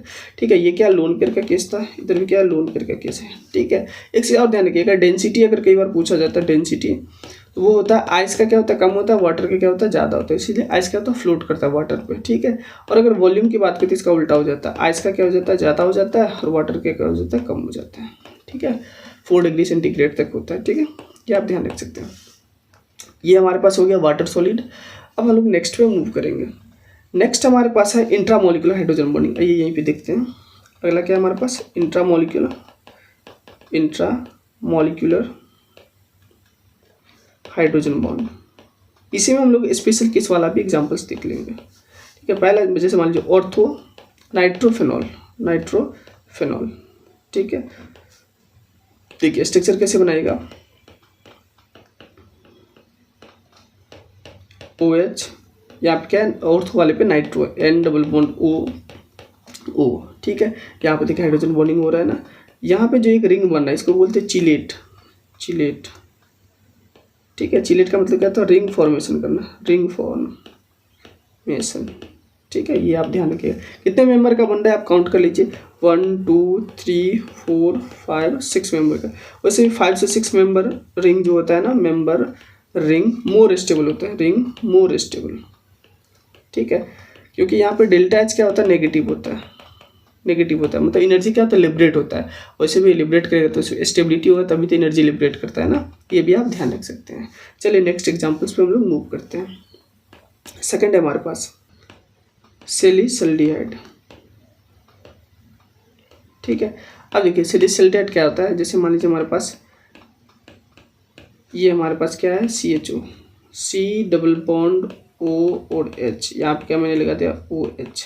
ठीक है, एक काम करते हैं, थोड़ा सा मैं इसको इस डायरेक्शन में बना लेता हूँ थोड़ा सा, क्योंकि ऑक्सीजन से इधर कनेक्टिविटी दिखाना है ना। डबल बॉन्ड O और इधर H आ गया। क्लियर है। अब यहाँ पे क्या हो रहा है हमारे पास हाइड्रोजन बॉन्डिंग हो रहा है। ठीक है, रिंग बन रहा है यहाँ पे 1 2 3 4 5 6 मेंबर का रिंग बन रहा है। ठीक है, ये क्या हो रहा है चिलेट। एक से ध्यान रखिएगा, अगर ऑर्थो का केस बनता है, ठीक है, किसका केस बनता है ऑर्थो का, और मेटा और पैरा का बनता है, मेटा एंड पैरा का केस बनता है, तो ऑर्थो में क्या होता है इंट्रा। ठीक है, और मेटा और पैरा में क्या होता है इंटर होता है। ये आप ध्यान रखिएगा, पहचानने का तरीका होता है। जैसे ऑर्थो वाला होगा तो ऑब्वियस वो क्या बनाएगा, यानी कि इंट्रा बनाएगा, और मेटा और पैरा वाला होगा तो कैसा बनाएगा वो इंटर बनाएगा। ठीक है, ये आप ध्यान रख सकते हैं। क्लियर है, यहाँ तक कोई डाउट्स नहीं होना चाहिए। अब कुछ और एग्जांपल्स देख लेते हैं स्पेशल केस वाला। तीसरा क्लोरल हाइड्रेट। ठीक है, क्लोरल हाइड्रेट फॉर्मूला क्या होता है हमारे पास CCl3 CHOH का होल ट्वाइस होता है, इसका फॉर्मूला होता है। देखिए इसका स्ट्रक्चर बनाते हैं कैसे, इसमें क्या होता है क्लोरीन क्या शो करता है हाइड्रोजन बॉन्डिंग शो करता है। देखिए CCl यहाँ पे क्या हमारे पास CH, यहाँ से क्या हमारे पास O और क्या है हमारे पास H, इधर भी क्या हमारे पास एक सेकेंड O और इधर भी क्या है हमारे पास H। देखिए ये वाला इसके साथ और ये वाला इसके साथ शो करता है क्या हाइड्रोजन बॉन्डिंग, यहाँ पे एक चिलेट बन रहा है और यहाँ पे एक चिलेट बन रहा है। तो कुछ केसेस में क्लोरीन भी शो करता है, इसको भी आपको ध्यान रखना है। ये भी क्या हमारे पास चिलेट। ठीक है, चौथा एग्जाम्पल्स देखिए CHCl3 प्लस एसीटोन, यहाँ पे कार्बन शो करता है, कार्बन सोज H बॉन्ड। ठीक है, ये चीज ध्यान रखिए। यहाँ पे कौन शो कर रहा है क्लोरीन सोज H बॉन्ड। ठीक है, क्लियर है, यहाँ पे कोई डाउट्स नहीं होना चाहिए। अब देखिए CHCl Cl और यहाँ पे क्या हमारे पास एसीटोन, एसीटोन क्या होता है हमारे पास C डबल बॉन्ड O और हमारे पास क्या होता है CH3, इधर भी क्या होता है CH3 और यहाँ पे क्या शो हो रहा है हमारे पास हाइड्रोजन बॉन्डिंग हो रहा है। तो कार्बन से कनेक्टिविटी वाला हाइड्रोजन शो कर रहा है, ठीक है, डायरेक्ट हाइड्रोजन के पास ये डायरेक्ट कनेक्टिविटी है। लेकिन हाइड्रोजन किससे कनेक्टिविटी है, जनरली क्या होना चाहिए, देखिए यहाँ पे थोड़ा सा मन में डाउट होगा सर हाइड्रोजन तो वैसे भी करता है ना, देखिए मैं एक बार बताना चाहता हूँ यहाँ पे ये हाइड्रोजन किससे कनेक्टिविटी होना चाहिए, मोर इलेक्ट्रोनेगेटिव एलिमेंट से, लेकिन यहाँ पे मोर इलेक्ट्रोनेगेटिव एलिमेंट से कनेक्टिविटी नहीं है। ध्यान से देखिए कहाँ पे गए हम लोग, यहाँ पे हाइड्रोजन क्या मोर इलेक्ट्रोनेगेटिव एलिमेंट से कनेक्टिविटी नहीं है, किससे, कार्बन से। कार्बन का इलेक्ट्रोनेगेटिविटी कम होता है फ्लोरीन ऑक्सीजन नाइट्रोजन के कंपेरिजन में, इसलिए यहाँ पे कार्बन से शो कर रहा है ना, इसलिए हम लोग कहते हैं कार्बन शो कर रहा है। ये भी आप ध्यान रखिएगा, डायरेक्ट ऐसे नहीं कि सर इसमें क्या है यूनिकनेस है, मतलब हाइड्रोजन ही तो कर रहा है ना, ऐसे नहीं सोच लेना है, ठीक है। तो यहाँ पे भी हाइड्रोजन बॉन्डिंग शो कर रहा है। यहाँ पे आप ऐसे भी आप लगा सकते हैं, यहाँ पे क्या होगा डेल नेगेटिव, तो यहाँ पे क्या हो जाएगा डेल पॉजिटिव, यहाँ पे भी क्या हो जाएगा, एक सेकंड, यहाँ पे भी क्या हो जाएगा डेल नेगेटिव, तो यहाँ पे क्या हो जाएगा, सॉरी हाँ डेल पॉजिटिव, यहाँ पे क्या हो जाएगा डेल नेगेटिव, यहाँ पे भी डेल नेगेटिव, यहाँ पे डेल पॉजिटिव, यहाँ पे क्या हो जाएगा डेल नेगेटिव। तो ऐसे सिक्वेंस बनता है। ये चौथा एग्जाम्पल हमारे पास हो गया। तो ये कार्बन और क्लोरीन वाला भी मैंने बता ही दिया। क्लियर है, कोई डाउट्स यहाँ तक नहीं होना चाहिए। अब देखिए हम लोग एक चीज़ और देखेंगे यहाँ पे कि स्ट्रेंथ ऑफ हाइड्रोजन बॉन्डिंग। आइए हम लोग देख लेते हैं strength of hydrogen bonding. Hydrogen bonding, अब देखिए स्ट्रेंथ किस बात पे डिपेंड करते हैं उसके बारे में समझिए। जैसे मान लीजिए एक्स है हमारे पास, ये एस से कनेक्टिविटी है और ये वाला किससे, वाई से कनेक्टिविटी है। तो पहले आपको चेक करना है, फर्स्ट चेक एक्स। अगर एक्स आपके पास मोर इलेक्ट्रोनेगेटिव है, मोर इलेक्ट्रोनेगेटिव एलिमेंट है, यानी कि फ्लोरीन ऑक्सीजन नाइट्रोजन है, तो बहुत अच्छी बात है, मतलब स्ट्रेंथ बहुत अच्छा होगा। अगर इफ एक्स इज सेम, ये क्या होगा, सेम होगा, देन चेक वाई। और वाई कैसा होना चाहिए हमारे पास, लेस EN होना चाहिए, लेस इलेक्ट्रोनेगेटिव होना चाहिए, ठीक है। क्लियर है, कोई डाउट्स नहीं होना चाहिए। अब देखिए हम लोग एक क्वेश्चन यहाँ पे, इस क्वेश्चन को यहाँ पे हम लोग करते हैं, ठीक है। आइए देखते हैं। पहला, सबसे पहले देखिए ये वाला इस एक सेकंड, इस साइड वाला क्या हो गया हमारे पास एक्स, ये वाला क्या हो गया वाई हो गया। तो एक्स हमारे पास क्या होगा, मोर इलेक्ट्रोनेगेटिव एलिमेंट। मोर इलेक्ट्रोनेगेटिव एलिमेंट कौन सा है, फ्लोरीन। तो सबसे ज़्यादा किसका हो जाएगा, ए का। क्लियर है, कोई डाउट्स नहीं होना चाहिए। अब देखिए सेकंड में ऑक्सीजन है, डी और ई में कंपेरिजन करिए। डी और ई में ऑक्सीजन दोनों साइड है, लेफ्ट साइड राइट साइड आइए, राइट साइड वाले का इलेक्ट्रोनेगेटिविटी कम होना चाहिए, ज़्यादा नहीं होना चाहिए, तो मतलब ई वाले का। उसके बाद किसका हो जाएगा ऑटोमेटिक, डी वाले का। अब देखिए अब लास्ट कहाँ पे कंपेयर करें, बी और सी में। बी में क्या हमारे पास लेफ्ट साइड देखिए नाइट्रोजन नाइट्रोजन, राइट साइड क्या हमारे पास ऑक्सीजन नाइट्रोजन। अब देखिए ऑक्सीजन क्या होगा, मोर इलेक्ट्रोनेगेटिव एलिमेंट, उधर तो कम होना चाहिए ना, तो नाइट्रोजन नाइट्रोजन वाले का ज़्यादा हो जाएगा, सी वाले का। उसके बाद क्या हो जाएगा, बी वाले का। ये सीक्वेंस समझ में आ गया होगा। कोई डाउट्स होगा तो प्लीज़ आप कमेंट जरूर करिएगा। अगर डाउट्स होता है तो एक बार पीछे जरूर आप रिवाइज करिएगा, पीछे इसको रिपीट करिए, फिर से चलाइए, फिर से इसको एक बार देखिए, ठीक है, आपको समझ में आ जाएगा। ये हो गया order of strength of hydrogen bonding. अब यहाँ पे एक एप्लीकेशन भी देख ही लेते हैं, एप्लीकेशन ऑफ हाइड्रोजन बॉन्ड, ठीक है। ये क्या होता है एप्लीकेशन, ध्यान से देखिएगा। प्रॉपर्टीज, और यहाँ पे मैं लिख देता हूँ इंटर, और यहाँ पे लिख देता हूँ इंट्रा, ठीक है। इसके बारे में देखना है प्रॉपर्टीज क्या क्या होता है। जैसे मान लीजिए बॉइलिंग पॉइंट, मेल्टिंग पॉइंट, ठीक है, बॉइलिंग पॉइंट, सॉल्युबिलिटी, ये तीन फैक्टर आपको ध्यान रखना है। ये फर्स्ट हो गया, ये सेकंड हो गया और ये थर्ड हो गया। ये तीन फैक्टर आपको ध्यान रखना है। इंटर में क्या होता है, बढ़ता है, इसमें भी बढ़ता है, इसमें भी बढ़ता है। इंटर में तीनों चीज़ क्या होता है, मेल्टिंग बॉइलिंग पॉइंट सभी क्या होता है, बढ़ता है। हाइड्रोजन बॉन्डिंग बनने से क्या होता है, जैसे मान लीजिए इस दोनों के बीच में हाइड्रोजन बॉन्डिंग, इसको आप हीट कीजिए, ये ऊपर जाएगा ऑब्वियस है, ये वाला क्या होगा नीचे रहेगा, तो ये इसको खींचेगा, नीचे आओ, तुम क्यों ऊपर जा रहे हो, क्योंकि एक दूसरे फोर्स से बंधा हुआ है, तो आपको क्या ज़्यादा हीट देना पड़ेगा, तो मेल्टिंग बॉइलिंग पॉइंट वैसे भी बढ़ जाता है। सॉल्युबिलिटी भी क्या होगा, बढ़ेगा, हाइड्रोजन बॉन्डिंग से वैसे भी सॉल्युबिलिटी बढ़ता है, ठीक है। इंट्रा में सब क्या होता है, कम हो जाता है, इसमें क्या होता है, कम हो जाता है, क्योंकि विद इन ए मॉलिक्यूल आसानी से टूट जाता है, किसी दूसरे के साथ हाइड्रोजन बॉन्डिंग वगैरह नहीं कर पाता है, खुद के साथ ही करता है। तो ये सीक्वेंस होता है एप्लीकेशन ऑफ हाइड्रोजन बॉन्डिंग। तो ये था हमारे पास केमिकल बॉन्डिंग का पूरा वीडियो। अगर इस टॉपिक से कोई डाउट्स होता है या कोई टॉपिक आपको लग रहा है छूट गया, तो आप कमेंट जरूर करिएगा, जिस पर मैं अलग से वीडियो बना दूंगा, ठीक है। अगर ये वीडियो आपको अच्छा लगता है तो अपने दोस्तों के साथ ज़रूर शेयर करें, लाइक करें, कमेंट करें और चैनल को सब्सक्राइब जरूर करें। मिलते हैं नेक्स्ट वीडियो में, तब तक के लिए थैंक यू सो मच।